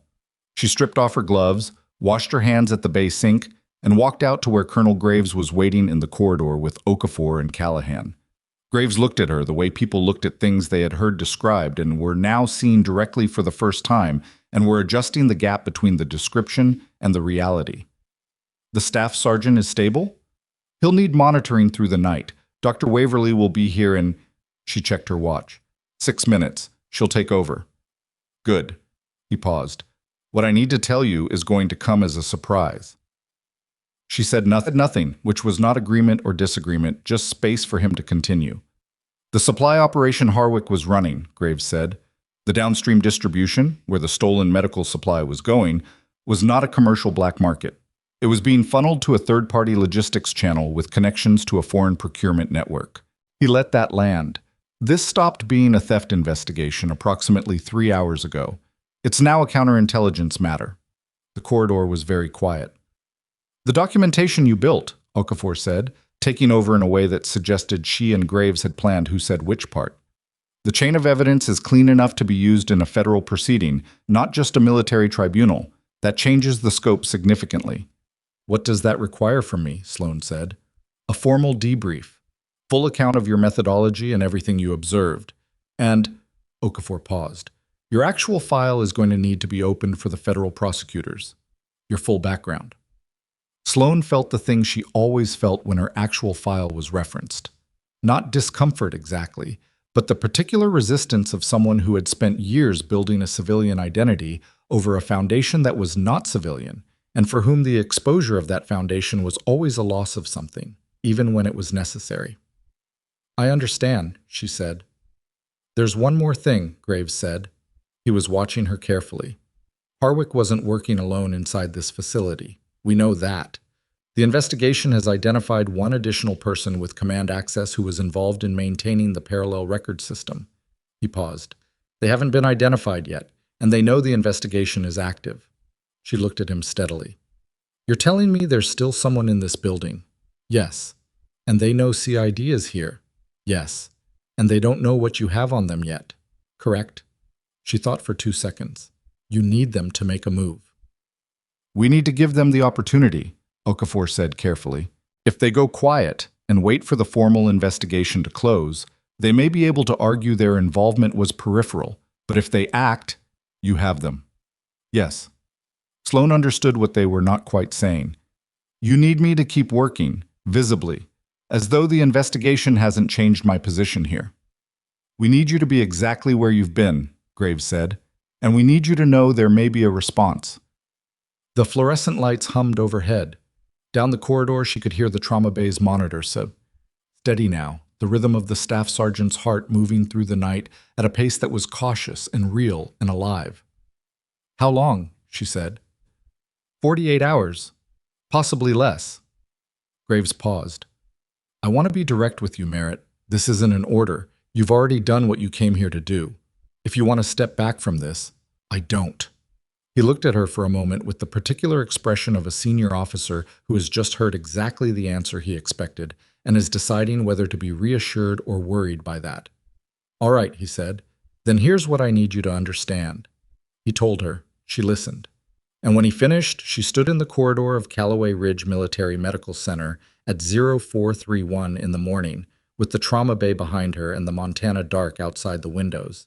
And she understood that the thing she had thought was the most dangerous part of this operation was not, in fact, the most dangerous part. The most dangerous part was standing somewhere in this building right now, and it had a name she didn't yet have, and it had just realized that its partner was gone, and its record was compromised, and the quiet nurse who was supposed to have been gone weeks ago was still here, still standing, still watching. And it was going to do something about that. The question was whether it would do it before she was ready or after. She had 48 hours to make sure it was after. She looked at Callahan, who had been standing slightly apart from Graves and Okafor throughout the conversation, and who met her gaze with the expression of a man who had done the most important thing he had done in a long time and was still sitting with the weight of everything it had taken to get there. Get some sleep, she said. You look like you need it. He almost smiled. It didn't quite make it. So do you. Probably, she said. And she turned and walked back toward the supply office, because there were 48 hours ahead of her and not a single one of them was going to be simple, and the second person, the name she didn't have yet, was somewhere in this building, and the clock between them had already started. The supply office at 0500 was the quietest place on the base. Sloane sat at her desk with the door closed and the overhead light off, working by the glow of the terminal screen. She had 48 hours, possibly less, and the second person, whoever had maintained the parallel record system alongside Harwick, was somewhere in this building trying to decide whether to run or to finish what they had started. She opened the access log database and started over from the beginning, not because she hadn't been thorough the first time, because the first time she had been looking for a pattern that led to Harwick, and now she needed to look for a pattern that ran beside Harwick, parallel to him, adjacent, the shadow of a shadow. The person who maintained the record structure would have needed access to the supply database, the requisition archive, and the pharmacy dispensing system. She had already mapped everyone with all 3 access levels. 6 people. Harwick was 1. The other 5 were 2 supply clerks, the head pharmacist, Major Tess, and Warrant Officer Boyle. She looked at the list for a long moment. Then she pulled up the session logs for each of the 5, going back 16 months. The full duration of the operation, now that she knew the real start date, and began laying them against the timeline of known supply movements. The 2 supply clerks dropped out within 20 minutes. Their session activity was consistent, high volume, and patterned in the way of people doing legitimate high volume work. The same functions, the same times, the kind of repetitive digital footprint that belonged to people who did the same job every day without variation. The parallel record manipulation required irregular access, late session activity, and specific navigation sequences that moved between the supply database and the requisition archive within the same session. Neither clerk showed that pattern. The head pharmacist, a captain named Druitt, showed 2 late session entries in the relevant period. She looked at them closely. Both were on nights when the pharmacy had run an emergency resupply request, documented, cross-referenced, legitimate. She flagged them for completeness and moved on, which left Tess and Boyle. She sat back in her chair and looked at the ceiling for a moment. Boyle had been her first instinct when she'd made the list, the man who controlled the physical archive, who had institutional memory going back 9 years, who knew exactly which documents were in which folders and why. His access to the requisition archive was total and largely unmonitored because monitoring the archivist was structurally awkward. It was his job to be in those records. If you wanted to hide a manipulation inside the archive, having the archivist do it was elegant. But Tess had suggested a transfer. On the day after the cafeteria incident, before Sloane had done anything that should have made her a visible threat to anyone, Tess had known about the incident before the formal account was filed, which meant she had a source close to Callahan, and the only reason she would have needed that source was if she was monitoring the situation for someone. 2 different profiles, Two different kinds of involvement. She pulled both session logs side by side on the screen. Boyle's log was exactly what she had expected. Long, dense sessions during business hours, occasional weekend access that tracked to his logged overtime, a few evening entries that corresponded to documented late filing requests. Clean, regular. The footprint of a man who did exactly his job and nothing else. Tess's log was different. Not obviously different. The irregularities were small and would have been easy to attribute to normal administrative variation. A director's hours were not the same as a staff member's hours, and late-night access from a senior administrator raised no automatic flags. But when she laid the timestamps against the supply movement timeline, 3 of Tess's late-night sessions fell within 48 hours of a major supply transfer event, not after, before. In 2 of the 3 cases, the session preceded the transfer by less than 24 hours. She had been adjusting the record before the supply moved. Sloane sat very still. Tess had access to the supply database, the requisition archive, and as facility administrator, the pharmacy dispensing system's oversight layer. She had the standing to authorize administrative corrections without secondary review. She had the institutional position to deflect questions and redirect scrutiny. And she had suggested, on the morning of the second day of Sloane's visible activity, that Sloane should request a transfer. Not Harwick. Not Callahan acting on Harwick's instruction. Tess had made that suggestion herself, in her own office, in her own words. Because Tess had been watching. Because Tess had known, before Harwick knew, that the quiet nurse in the supply wing was getting close. She pulled up Tess's most recent session log. The last entry was time-stamped at 23 on the previous night, 11:18 p.m., 3 hours after Harwick had been taken outside by CID. She had been in the system after Harwick was detained. Not long. 11 minutes. And the navigation sequence showed access to the supply database's archive module, the same module that housed the parallel record structure. She hadn't been running, she had been cleaning. Sloane photographed the screen, documented the timestamp, and added it to the USB drive. Then she picked up the desk phone and called Voss. He answered in 2 rings, which meant he also hadn't slept. Voss? It's Merritt. I have a second name. A pause that lasted exactly 1 second. Tell me. Major Orla Tess, facility administrator. She laid out the session log evidence methodically, the way she had learned to present things to people who needed to act on them. The minimum necessary detail in the maximum useful order. She accessed the supply database archive at 23:18 last night after Harwick was detained. 11-minute session. The navigation sequence is consistent with record modification. Can you tell what she modified? Not from the session log. You need a database forensics pull to see the specific changes. But the timing and the navigation pattern are enough, he said. I'll need a full copy of what you have. I'll have it to you within the hour. Don't send it through the facility network. A pause. Bring it in person. Come to the command building, 2nd floor conference room. And Merritt, yes. Don't stop anywhere on the way. She understood the instruction. I'll leave in 5 minutes. She was at the door of the supply office, jacket on, USB drive in her inside pocket, when she stopped. The corridor was empty. The night shift had 1 staff member at the nurse's station, 30 meters away, head down over a chart. The lights were at their overnight setting, half brightness, casting the familiar flat shadows of a building running on reduced power. Nothing was wrong. She stood in the doorway for 2 seconds, reading the corridor the way she had been trained to read spaces, not looking for something specific, but opening her attention to whatever was present.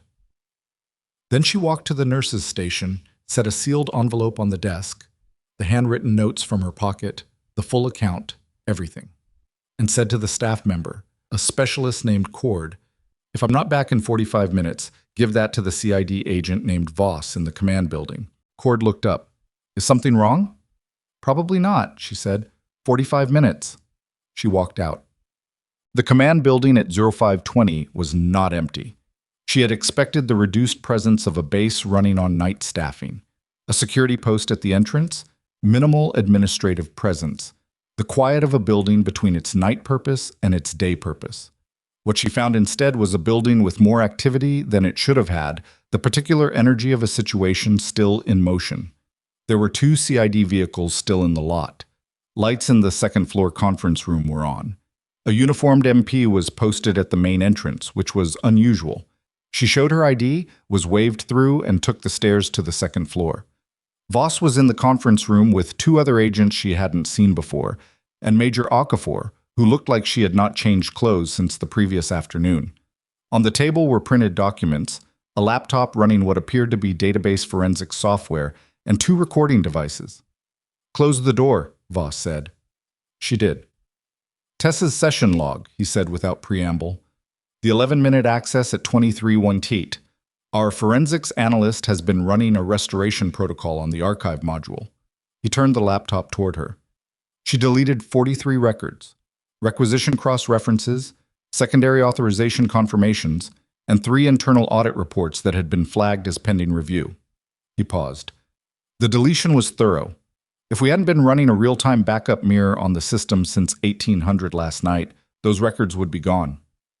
"You anticipated a second actor." Colonel Graves anticipated a second actor. The backup mirror was his call. Voss looked at her. "She didn't know we had it." "Does she know now?" "No." He sat back. "We're going to give her the opportunity to confirm her involvement overtly. She's been called in for a voluntary interview at 0700. Standard procedure, all senior administrators are being interviewed as part of the investigation. She doesn't know we have the deleted records restored. She'll walk into that interview believing she cleaned the system." Sloane set the USB drive on the table. "This has the full session log comparison, the timestamp documentation, and the 3 late-night sessions that precede supply transfers." Okafor picked it up. "This will go to the federal prosecutors along with the forensics pull." "There's one more thing," Sloane said. "Tess suggested I request a transfer on the day after the cafeteria incident, before I had done anything that should have made me visible as a threat." Voss looked at her. "Which means she was watching you before the incident." "Which means someone told her to watch me before the incident." "Harwick." "Or she was already watching independently. Her session log shows an access event on my 4th day here, before any of my supply flags, before any of the archive work. She ran a check on my personnel profile." Sloane paused. "She was looking at me before Harwick was." The room absorbed that. Okafor set down the USB drive. "She may have been the one who identified you as a risk before Harwick knew. She may have been managing him as much as he was managing the operation." "Or they were co-equal," Sloane said. "The supply records required 2 people with access, someone at the command level to authorize, and someone at the administrative level to maintain the structure. Harwick had the authorization access. Tess had the administrative access. Neither one could have maintained the parallel record without the other." "Partners," Voss said, "from the beginning." The word settled in the room with the particular weight of a thing that had been suspected and was now, formally, confirmed. She was back at the medical center by 0615. The day shift was beginning to arrive. The familiar sounds of a building waking up, the particular quality of morning noise that was different from night noise in ways she had catalogued without meaning to over 4 months of early arrivals. She went to the supply office, changed her jacket for a spare she kept in the bottom drawer, and sat at the terminal. She did not search for anything. She opened her regular work queue and began processing the overnight supply log, which had 7 entries and would take approximately 40 minutes to reconcile. She did this because it was her job, and because the appearance of normality was itself a tool, and because Tess was going to be in this building in 45 minutes, and Sloane wanted to be visibly, unremarkably present when she arrived. Tess came in at 0658. Sloane heard her before she saw her. The specific rhythm of Tess's footsteps in the corridor, the way she moved at the same pace regardless of circumstance, which had always struck Sloane as the habit of someone who had decided that showing urgency was a vulnerability. The footsteps passed the supply office without slowing. Sloane kept her eyes on the terminal. At 071, Corporal Brannock appeared at the door. "Major Tess is asking for you." Sloane looked up. "Now?" "She said when you have a moment. She's in her office." Not the conference room, not the administration suite. Her office, which was across the corridor from the supply wing, which meant she had come looking for Sloane before going to the CID interview at 0700, which meant the 0700 interview had not happened yet, or had been postponed, or Tess had declined it. Tell her I'll be 5 minutes, Sloane said. She finished the line she was on, saved the document, and walked to Tess's office. Tess was behind her desk. She looked like she had slept, which was the most unsettling thing about her appearance. The composed, well-rested face of someone who had made a decision and had come to terms with it. She gestured to the chair across from her desk. Sloane sat. I want to talk to you before the interview, Tess said. Her voice was level, careful. All right. This investigation is going to become very complicated very quickly. She paused. There are aspects of the supply operation that aren't what they appear to be at the surface level. Context that the CID investigation isn't positioned to understand without guidance. Sloane looked at her steadily and said nothing. I'm not asking you to do anything improper, Tess said. I'm suggesting that there's an opportunity here for someone with your background to… She stopped, recalibrated. You know what your actual file says. I know. Then you know that the people who placed you here have interests that aren't always aligned with a straightforward criminal prosecution. She paused. I can give you information about the downstream network, the foreign procurement channel, names, contacts, transaction records, information that would be worth significantly more to the people above CID than a successful prosecution of a supply theft case. Sloane held the silence for 2 full seconds. You're offering to cooperate, she said. In exchange for consideration, Tess said. The word was precise. I'm not asking for immunity. I'm asking for consideration, the kind that comes from being a source rather than a subject. The office was very quiet. Sloane understood what she was looking at. Tess had known the night before that the system had been accessed. The backup mirror running meant the restoration was silent, but Tess had seen her own deletion confirmed in the session log, and she had spent the night calculating her position. She was not panicking, she was negotiating, which was either the behavior of someone who genuinely had leverage or the behavior of someone who believed she did. You deleted 43 records last night, Sloane said. Tess went very still. They've been restored, Sloane continued. A real-time backup mirror has been running since 1800 yesterday. Everything you deleted is in the federal evidence record. The stillness lasted 4 seconds. It was the longest 4 seconds Sloane had spent in a room in a long time. She watched Tess's face move through something. Not collapse, not exactly, but a profound and rapid internal adjustment. The look of someone whose calculation has just been invalidated and who is doing the math again in real time. The interview at 0700 has been waiting for you, Sloane said. You should go. Tess stood. She did it slowly, with the particular deliberateness of someone who had decided that composure was the only thing left they could control, and she smoothed the front of her jacket and she walked to the door. She stopped with her hand on the frame. How long did you know? She said. She didn't turn around. The session logs put you on my 3rd day, Sloane said. But I think you knew before that. I think someone above both you and Harwick told you I was coming. Tess said nothing. The foreign procurement network, Sloane said. The people you were going to offer me, they told you. The pause before Tess's response was the answer, as complete as any spoken word. Good luck, Nurse Merritt, she said. And she walked out. Sloane sat in the office alone for a moment after Tess left, looking at the empty chair across the desk.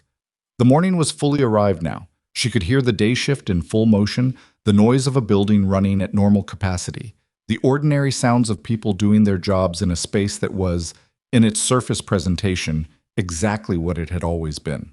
She stood, went to the supply office, and called Voss.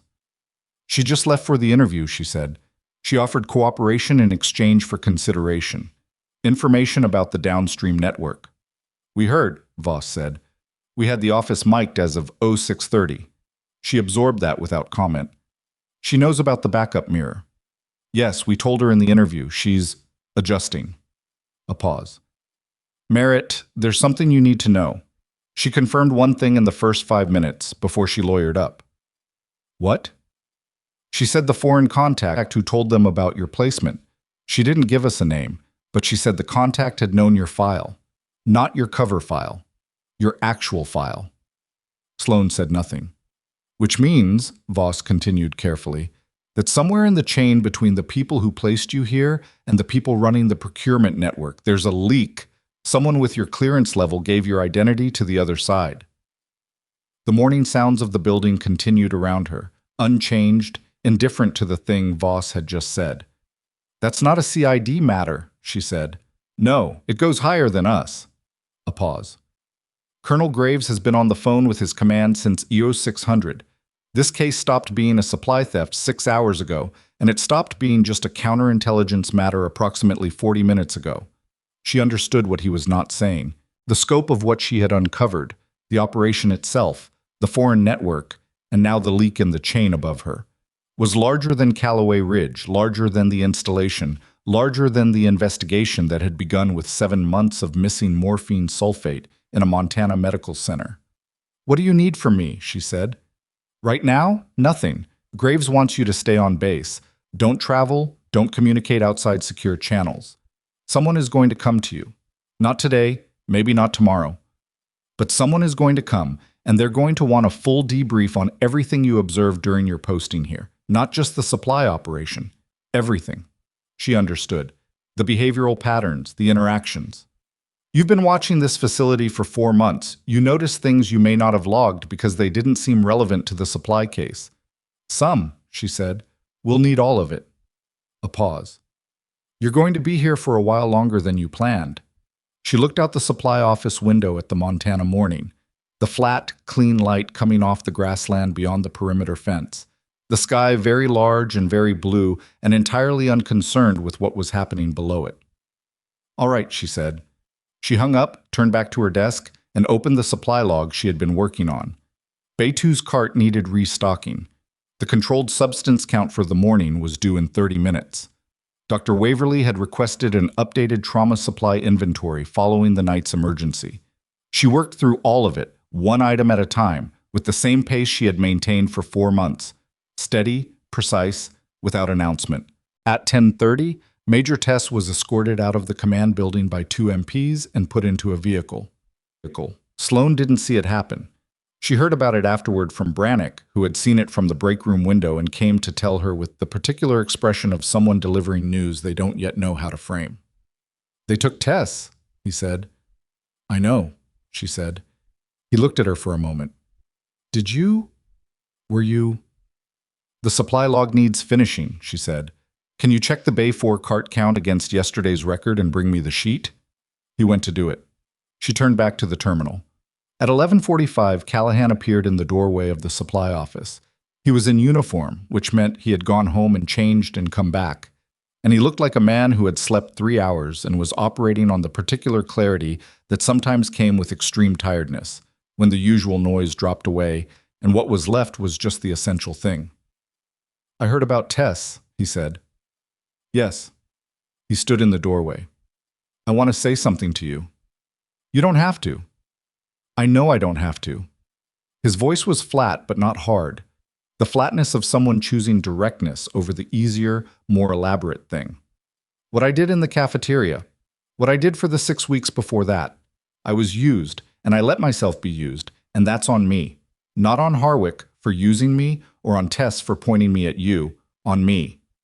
He paused. "I looked at you and I made a decision about what you were without looking at who you actually were, and I used that decision to do real harm, and I'm not going to make a speech about it." She looked at him steadily. "I'm just going to say it was wrong," he said, "and I'm sorry." The supply office was quiet. "I heard you," she said. "Thank you." He nodded once. Then, "Is there anything I can do? For what's still ahead?" She thought for a moment. "Yes. Write down everything Harwick said to you, every conversation, every instruction, every impression. Do it from memory, in your own words, before the formal debrief. The informal memory is different from the formal account, and both are going to matter." He nodded again. Something in his posture shifted, the small but real change of a person who has been handed a useful task and has taken hold of it. "I'll start today." He left. She sat for a moment after the sound of his footsteps faded. Then she went back to the supply log, because there were 18 outstanding items, and the afternoon shift came on at 1300, and she wanted the handover to be clean. The ordinary work of the place continued around her, the care of people who needed care, the maintenance of systems that kept those people alive, The daily, unglamorous labor of a medical facility running on insufficient rest and imperfect resources. She was still doing that work at 14:30 when Prentice knocked on the doorframe and came in with a printed report in his hand, and his expression was the expression of a man who had found something that made him deeply uncomfortable. "The maintenance override code," he said. "I ran the full audit." "Yes. It was used on 3 separate occasions in the past 60 days. Bay 3 last week. 2 other instances I hadn't initially flagged because they were in supplier areas I hadn't cross-referenced against your discrepancy map." He set the report on her desk. "The 3rd instance was in the controlled substance storage room in the pharmacy wing." She looked at the report. The timestamp on the 3rd access, 41 days ago. "That was 2 days before the most recent controlled substance count I found was accurate," she said. "Yes." He paused. "And the access was made using a maintenance override code that was generated from a terminal that isn't in this building." She looked up. "It's registered to a terminal in the installation's main administrative complex," he said, "off campus, in a section of that building that houses liaison offices for external contractors." External contractors. The Foreign Procurement Network had a liaison office on the installation, not in the medical center, on the installation itself, which meant the operation had not been run entirely from inside Calloway Ridge Medical Center. There was an external point of contact, with physical presence on the base, with enough access to generate a maintenance override code for a medical facility 400 meters away. Sloane looked at the report for a long moment. "Prentice," she said, "this goes to Voss, right now. Don't copy it to the facility network. Don't send it by email. Take it to the command building in person and hand it to him." "Understood." He took the report back.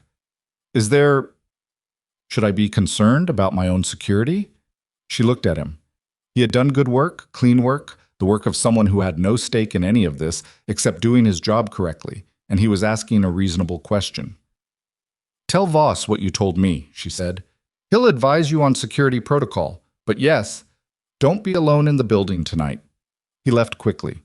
She sat with what the report had just said, the leak in the chain above her. The person who had known her actual file, who had told Tess and Harwick she was coming, was not inside the medical center. The external contractor office had generated the override code, which meant whoever had given up her identity had done so through a channel that connected to that office, which meant the leak was not a rogue element inside her own chain. The information had traveled from someone with clearance access through the Foreign Procurement Network to a liaison presence on the installation to Tess and Harwick. She was looking at the full shape of it now. Not a supply theft, not just counterintelligence. A penetrated network that had known she was being placed here before she had arrived, had positioned 2 people to neutralize her before she found anything, and had been running supply directly out of a military medical facility for 16 months, while the people who should have noticed had been carefully, deliberately looking somewhere else. Her phone buzzed.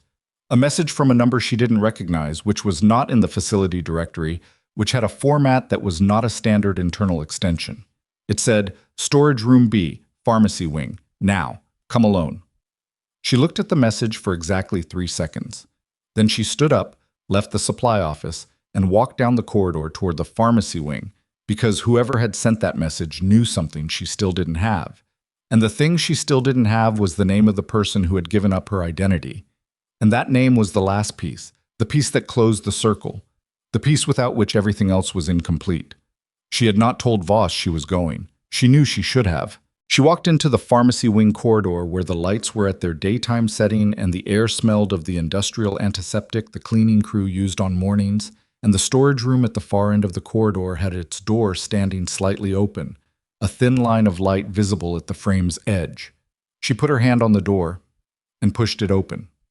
The storage room was small and smelled of antiseptic and cardboard, the kind of room that existed in every medical facility.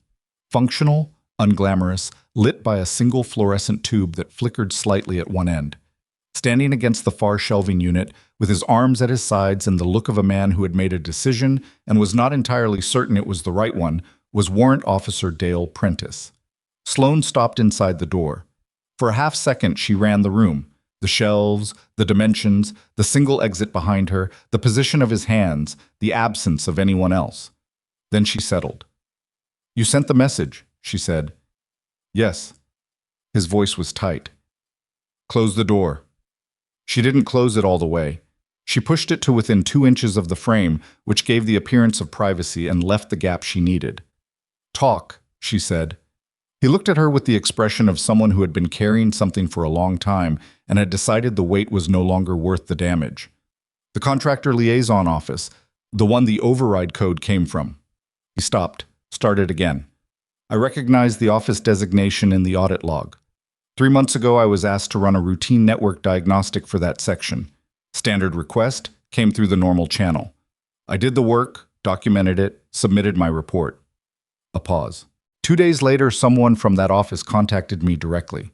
Not through official channels, by personal phone. Sloane said nothing. They told me they were running an authorized security audit on the facility's IT infrastructure, that my diagnostic had flagged some internal anomalies they needed to resolve quietly, and that they needed my cooperation to do it. He stopped. They made it sound legitimate. The terminology was right. The framing was right. He looked at the floor. I was careful. I asked for documentation. They provided it. I didn't verify the chain of authorization the way I should have. What did you give them? Access logs, system architecture details, and he stopped. The maintenance override protocol, not a specific code, the protocol structure, how it was generated, what it bypassed, how long the session window stayed open before it expired. Sloane understood. He had handed them the blueprint for the bypass. They had used the blueprint to generate the codes themselves from the contractor terminal without needing anyone inside the medical center to do it for them. Why are you telling me this now? She said. Because Prentice, he caught himself. Because I am Prentice, and I've been trying to convince myself for 3 months that what I gave them wasn't enough to matter. And then I ran the audit this morning and found the storage room access 41 days ago, and I understood what it was used for, and I can't... He stopped. His jaw worked. I can't keep pretending I didn't contribute to this. The fluorescent tube flickered once overhead. You need to go to Voss, Sloane said. Right now. Not after this conversation, not after you've thought about it more. Now. Tell him exactly what you told me and give him the documentation of the original request and the contact information for whoever reached you by phone. If I do that, You're the person who came forward, she said, not the person who didn't. There's a difference, and it matters, and it will matter in how this is documented. He looked at her. You're not angry. I don't have time to be angry. Go. He went. She heard his footsteps quick in the corridor, moving toward the stairs. She stood in the storage room for a moment, alone with the flickering light and the smell of antiseptic, and let the shape of the full picture assemble itself in her mind. The contractor liaison had reached into the facility's IT infrastructure through a legitimate service request, extracted the bypass protocol, and handed it to Tess and Harwick to use. The foreign procurement network had a physical presence on the installation, had known she was coming, had seated 2 people inside the medical center to manage her, and had been running supply out of the facility using a maintenance override that had been handed to them by a warrant officer who had believed he was cooperating with a security audit. Nobody in this had been purely villainous, except possibly Harwick, who had authorized supply theft for 16 months with full knowledge of where it was going. Tess had been calculating from the beginning, a pragmatist who had seen an opportunity and taken it with both hands. Prentice had been deceived and had spent 3 months knowing it and not knowing what to do about it. Callahan had been aimed at her like a weapon by someone who understood exactly how to use his pride and his loyalty against him. People were not clean. Situations were not clean. The work of untangling them was never clean either. She walked back to the supply office and called Voss and told him Prentice was on his way, and what Prentice was going to tell him, and why it mattered. Voss listened without interrupting. Then, the contractor liaison office. We need to move on it now, before they know we have the audit trail. Yes. I'm calling Graves. A pause. Merritt. Don't leave the medical center. I know, she said, and she hung up and went back to the supply log and finished the outstanding items, because the afternoon shift came on in 40 minutes and the handover needed to be clean. Well, the contractor liaison office was secured at 16:14 that afternoon. She didn't witness it. She heard about it at 16:30 from Okafor, who came to the supply office and told her with the concise, factual delivery of someone who had been professionally trained to communicate under pressure. 3 individuals detained, a server rack seized, physical documents, coded ledgers, and a hardware device that the forensics team identified as a secure communication node with encrypted traffic logs going back 22 months. 22 months. 6 months longer than the supply operation at Calloway Ridge had been running. They were here before Harwick and Tess were involved, Sloane said. They were here when the previous facility commander was in post, Okafor said. We're looking at whether the operation has a longer history than Harwick's tenure suggests. Sloane sat with that for a moment. The people who placed me here, they knew the operation was larger than the supply records showed. They suspected, Okafor said carefully. They didn't know. That's part of why the placement was designed the way it was. If they had sent in a formal investigation team, the network would have gone cold. They needed someone who could move inside the system without signaling that the system was under scrutiny. And when I found the documents and Callahan filed the complaint, the formal process started before I had the full picture. Yes, but the full picture is in the server rack. Okafor paused. What you built over 4 months gave us the foundation to know what we were looking at when we opened that rack. Without the supply discrepancy map, without the requisition form photographs, without the session log comparison, we would have had a detention and a pile of encrypted data we couldn't contextualize. Sloane looked at the window. The Montana afternoon was flat and gold, the light coming in at a low angle that made the parking area outside look almost warm. Prentice, she said. He's been cooperative, fully. His lawyer is with him now. Okafor's tone was neutral, not forgiving or condemning. His cooperation is documented. It'll be considered. It should be. It will be. A pause. Graves wants a full debrief tomorrow at 0900. In person, in the command building. Everything. The methodology, the behavioral observations, the full account of your interactions with Tess and Harwick and Callahan. All of it. I'll be there. Okafor stood. She looked at Sloane with the particular expression of a professional who had something to say that was not entirely professional. For what it's worth, she said. I've been doing this work for 11 years. The way you manage this posting, the patience, the precision, the decision to stay inside the system rather than escalate prematurely, that's not common. Most people either move too fast or lose the thread. She paused. You didn't lose the thread. She left before Sloane could respond to it, which was probably intentional and was, Sloane thought, the right call. The debrief on Thursday took 4 hours. It was held in the second-floor conference room with Graves, Okafor, Voss, and 2 additional personnel whose names Sloane was not given and whose role was implied by the specific quality of their attention during the parts of the debrief that concerned the foreign procurement network structure. She spoke for most of it. She was precise and complete, and she did not editorialize. She laid out what she had observed, what she had concluded, what she had documented, and what she had inferred and why. She distinguished clearly between each category. When she finished, Graves looked at his notes for a moment and then looked up. There's going to be a formal proceeding, he said. Federal. Both Harwick and Tess have been transferred to federal custody. The 3 individuals from the contractor office are in separate facilities. The timeline for the proceeding is uncertain, but your testimony will be required. I understand. Your actual file will be disclosed to the federal prosecutors under a protective order. Your operational history, the nature of your placement here, the full scope of what you were authorized to do, all of it will be part of the record. She had known this was coming. It was still an uncomfortable thing to hear said aloud in a room. The file she had spent years keeping separate from the identity she lived in, the file that described a person most of the people in her daily life had never met, was going to become a document in a federal proceeding. She would not be able to entirely control who read it or what they did with what they found in it. Understood, she said. The installation CO has been briefed, Graves continued. He's asked me to convey that your conduct during this posting will be formally recognized. The specific form of that recognition is being determined. That's not necessary. It's not optional, Graves said. Not unkindly.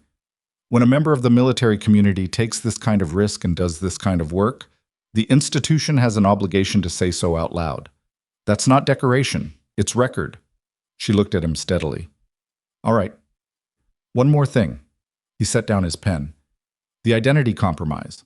Whoever gave your placement information to the procurement network is under active counterintelligence investigation at a level above this proceeding, You'll be contacted separately about that.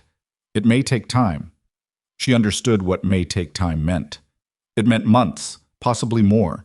It meant living with the knowledge that someone with access to her actual file had handed it to the wrong people, and not knowing yet who that someone was.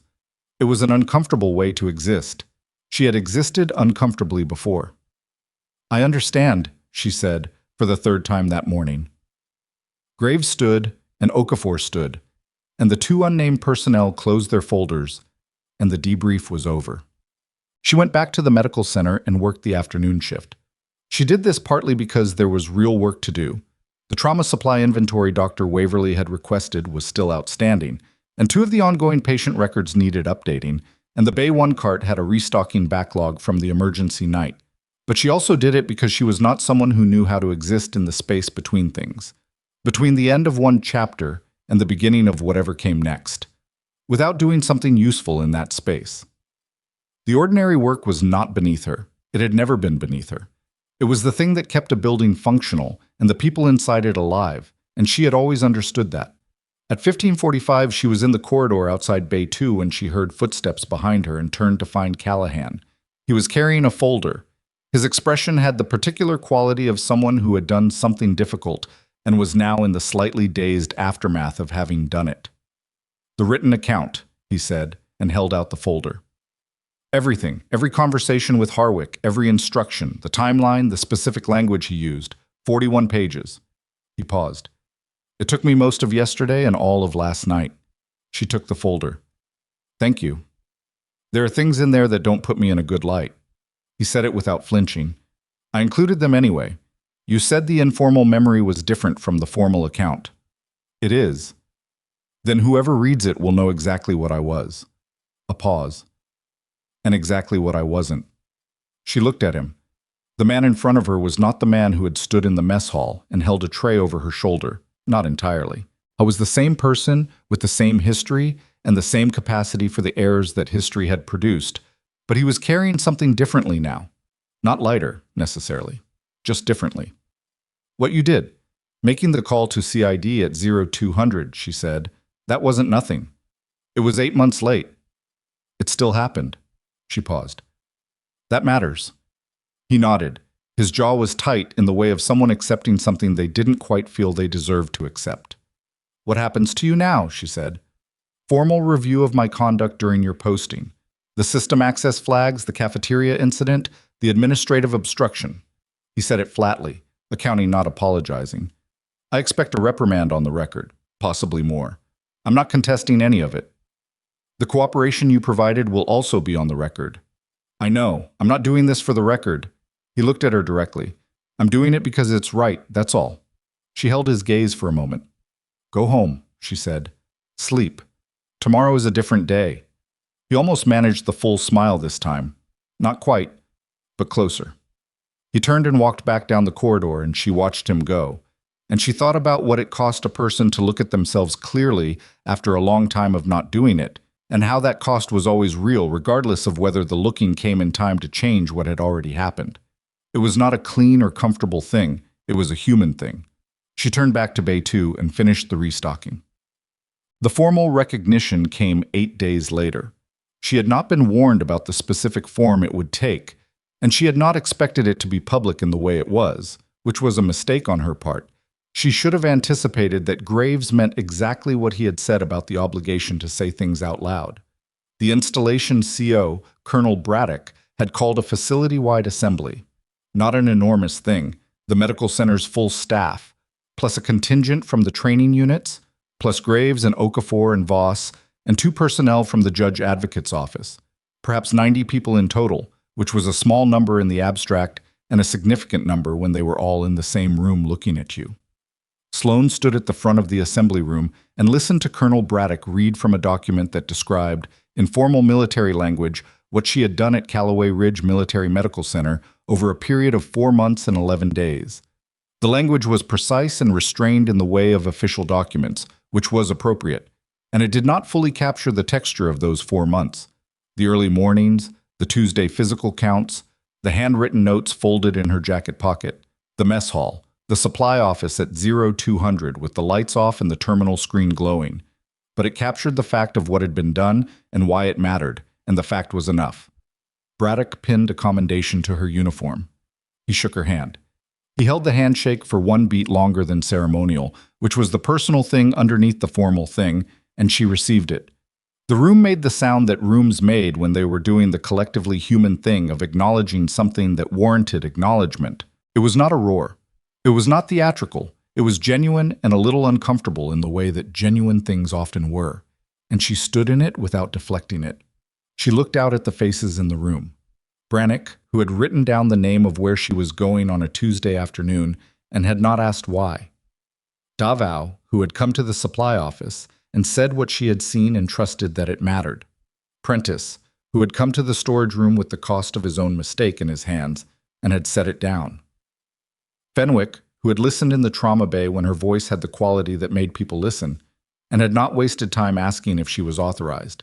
And Callahan, at the back, in his uniform, with his hands clasped and his expression containing the particular difficulty of a man who had come to watch the public recognition of the person he had tried to drive away, and who was making himself be present for it anyway because it was the right thing to do.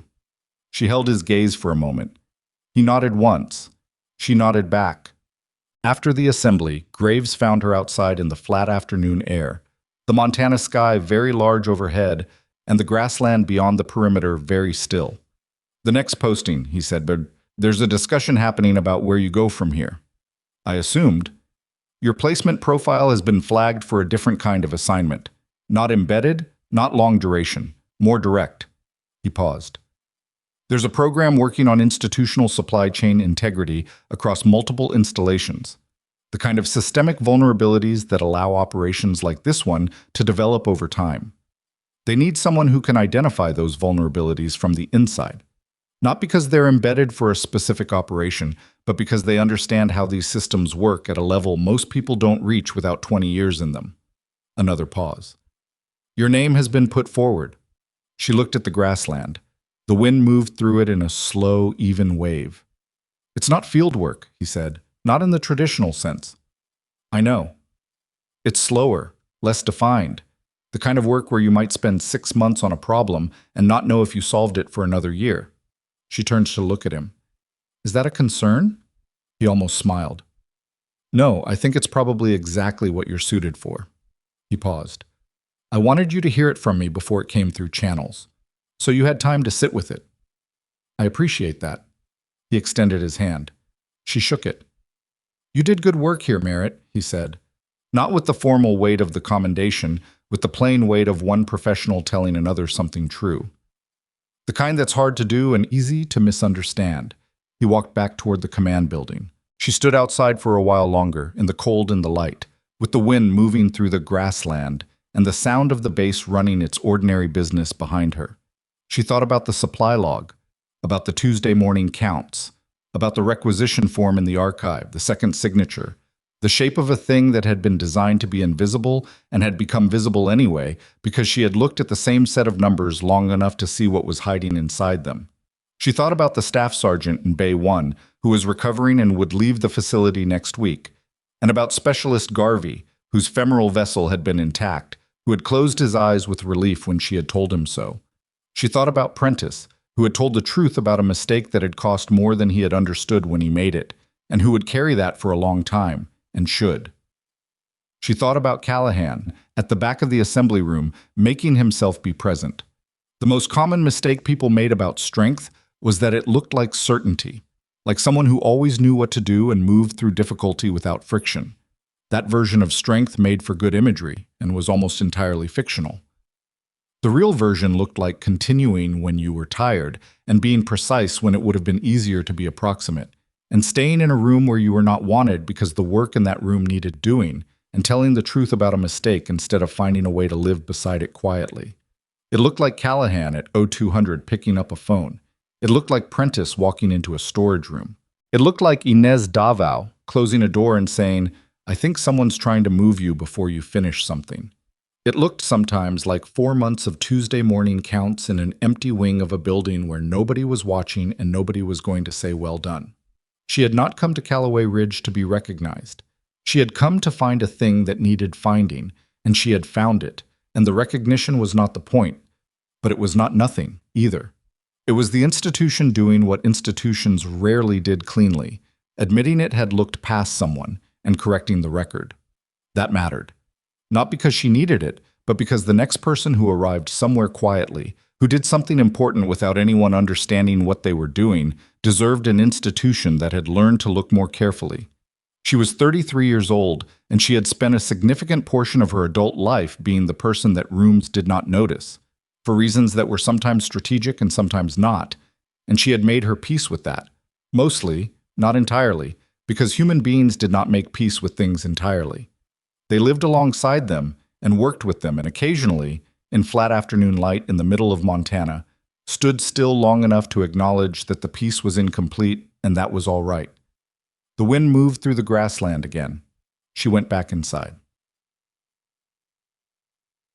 The last thing she did before leaving Calloway Ridge Military Medical Center was finish the supply log. Not because it needed to be her who finished it. There was a replacement incoming, a nurse named Sato who had already been briefed on the position and was arriving Monday. The supply log would have been Sato's to inherit. Sloane finished it anyway because it was incomplete and she had started it and the system she built deserved to be handed over clean. She completed the final column at 17:18 on a Friday evening, with the building winding down around her and the lights in the corridor doing the evening shift change to their lower setting. She printed the log. She signed it. She put it in the handover folder with the restocking schedules and the cart configuration notes and the framework document for the Tuesday count process, which she had written out in full so that whoever used it next would understand not just the steps, but the reasoning behind them. She put the folder on the supply office desk where Sato would find it Monday morning. Then she packed her bag, which did not take long because she had always packed light, and walked the length of the corridor toward the exit. Brannick was at the nurse's station. I was doing charting and did not look up immediately. And when he did look up, his expression went through three things in quick succession. Surprise, something that might have been the beginning of something sentimental, and then the professional recovery of a corporal who was not going to get sentimental in the nurse's station. "Heading out?" he said. "Monday's a long drive from here." She paused. "You did good work, Brannick. All of it. The kind people don't notice." He blinked. "I didn't do that much. You wrote down where I was going on a Tuesday afternoon and didn't ask why, and you trusted that it mattered." She held his gaze for a moment. "That's more than most people do." He opened his mouth and closed it and looked at the chart in front of him for a moment. Then, "Take care of yourself, Nurse Merritt." "You too." She pushed through the door and into the Montana evening, which was cold and clear and very quiet, the sky beginning its transition from blue to the deep particular dark of the high plains. She put her bag in the car, started the engine, and sat for a moment with her hands on the wheel. She thought about what Graves had said, the kind of work where you might spend 6 months on a problem and not know if you solved it for another year. She thought, yes, that is exactly the kind of work, because the things that mattered were rarely the ones that announced themselves. They were the Tuesday morning counts. They were the numbers that didn't quite add up, the timestamps that were slightly wrong, the footprint of a system that had been built to look like nothing. They were the people who came to a storage room and told the truth, and the people who wrote 41 pages at night because someone had said the informal memory mattered, and the people who stood at the back of a room and made themselves be present for a thing they found difficult. The world was not saved by large dramatic gestures, though occasionally large dramatic gestures were part of the picture. It was maintained day by ordinary day by people who were willing to look closely at things other people had looked away from, and who kept looking even when the looking produced nothing for a long time, and who trusted that precision and patience were not inferior to force, but simply a different application of the same resource. She was one of those people. She had always been one of those people, in a room that had always been looking somewhere else. Not anymore. She put the car in drive and pulled out of the Calloway Ridge Military Medical Center parking area, and the building receded in the rear-view mirror, the lights in the windows, the familiar architecture, the entrance where 2 CID vehicles had been parked 9 days ago. And she watched it go without regret, which was not the same as without feeling, and let the dark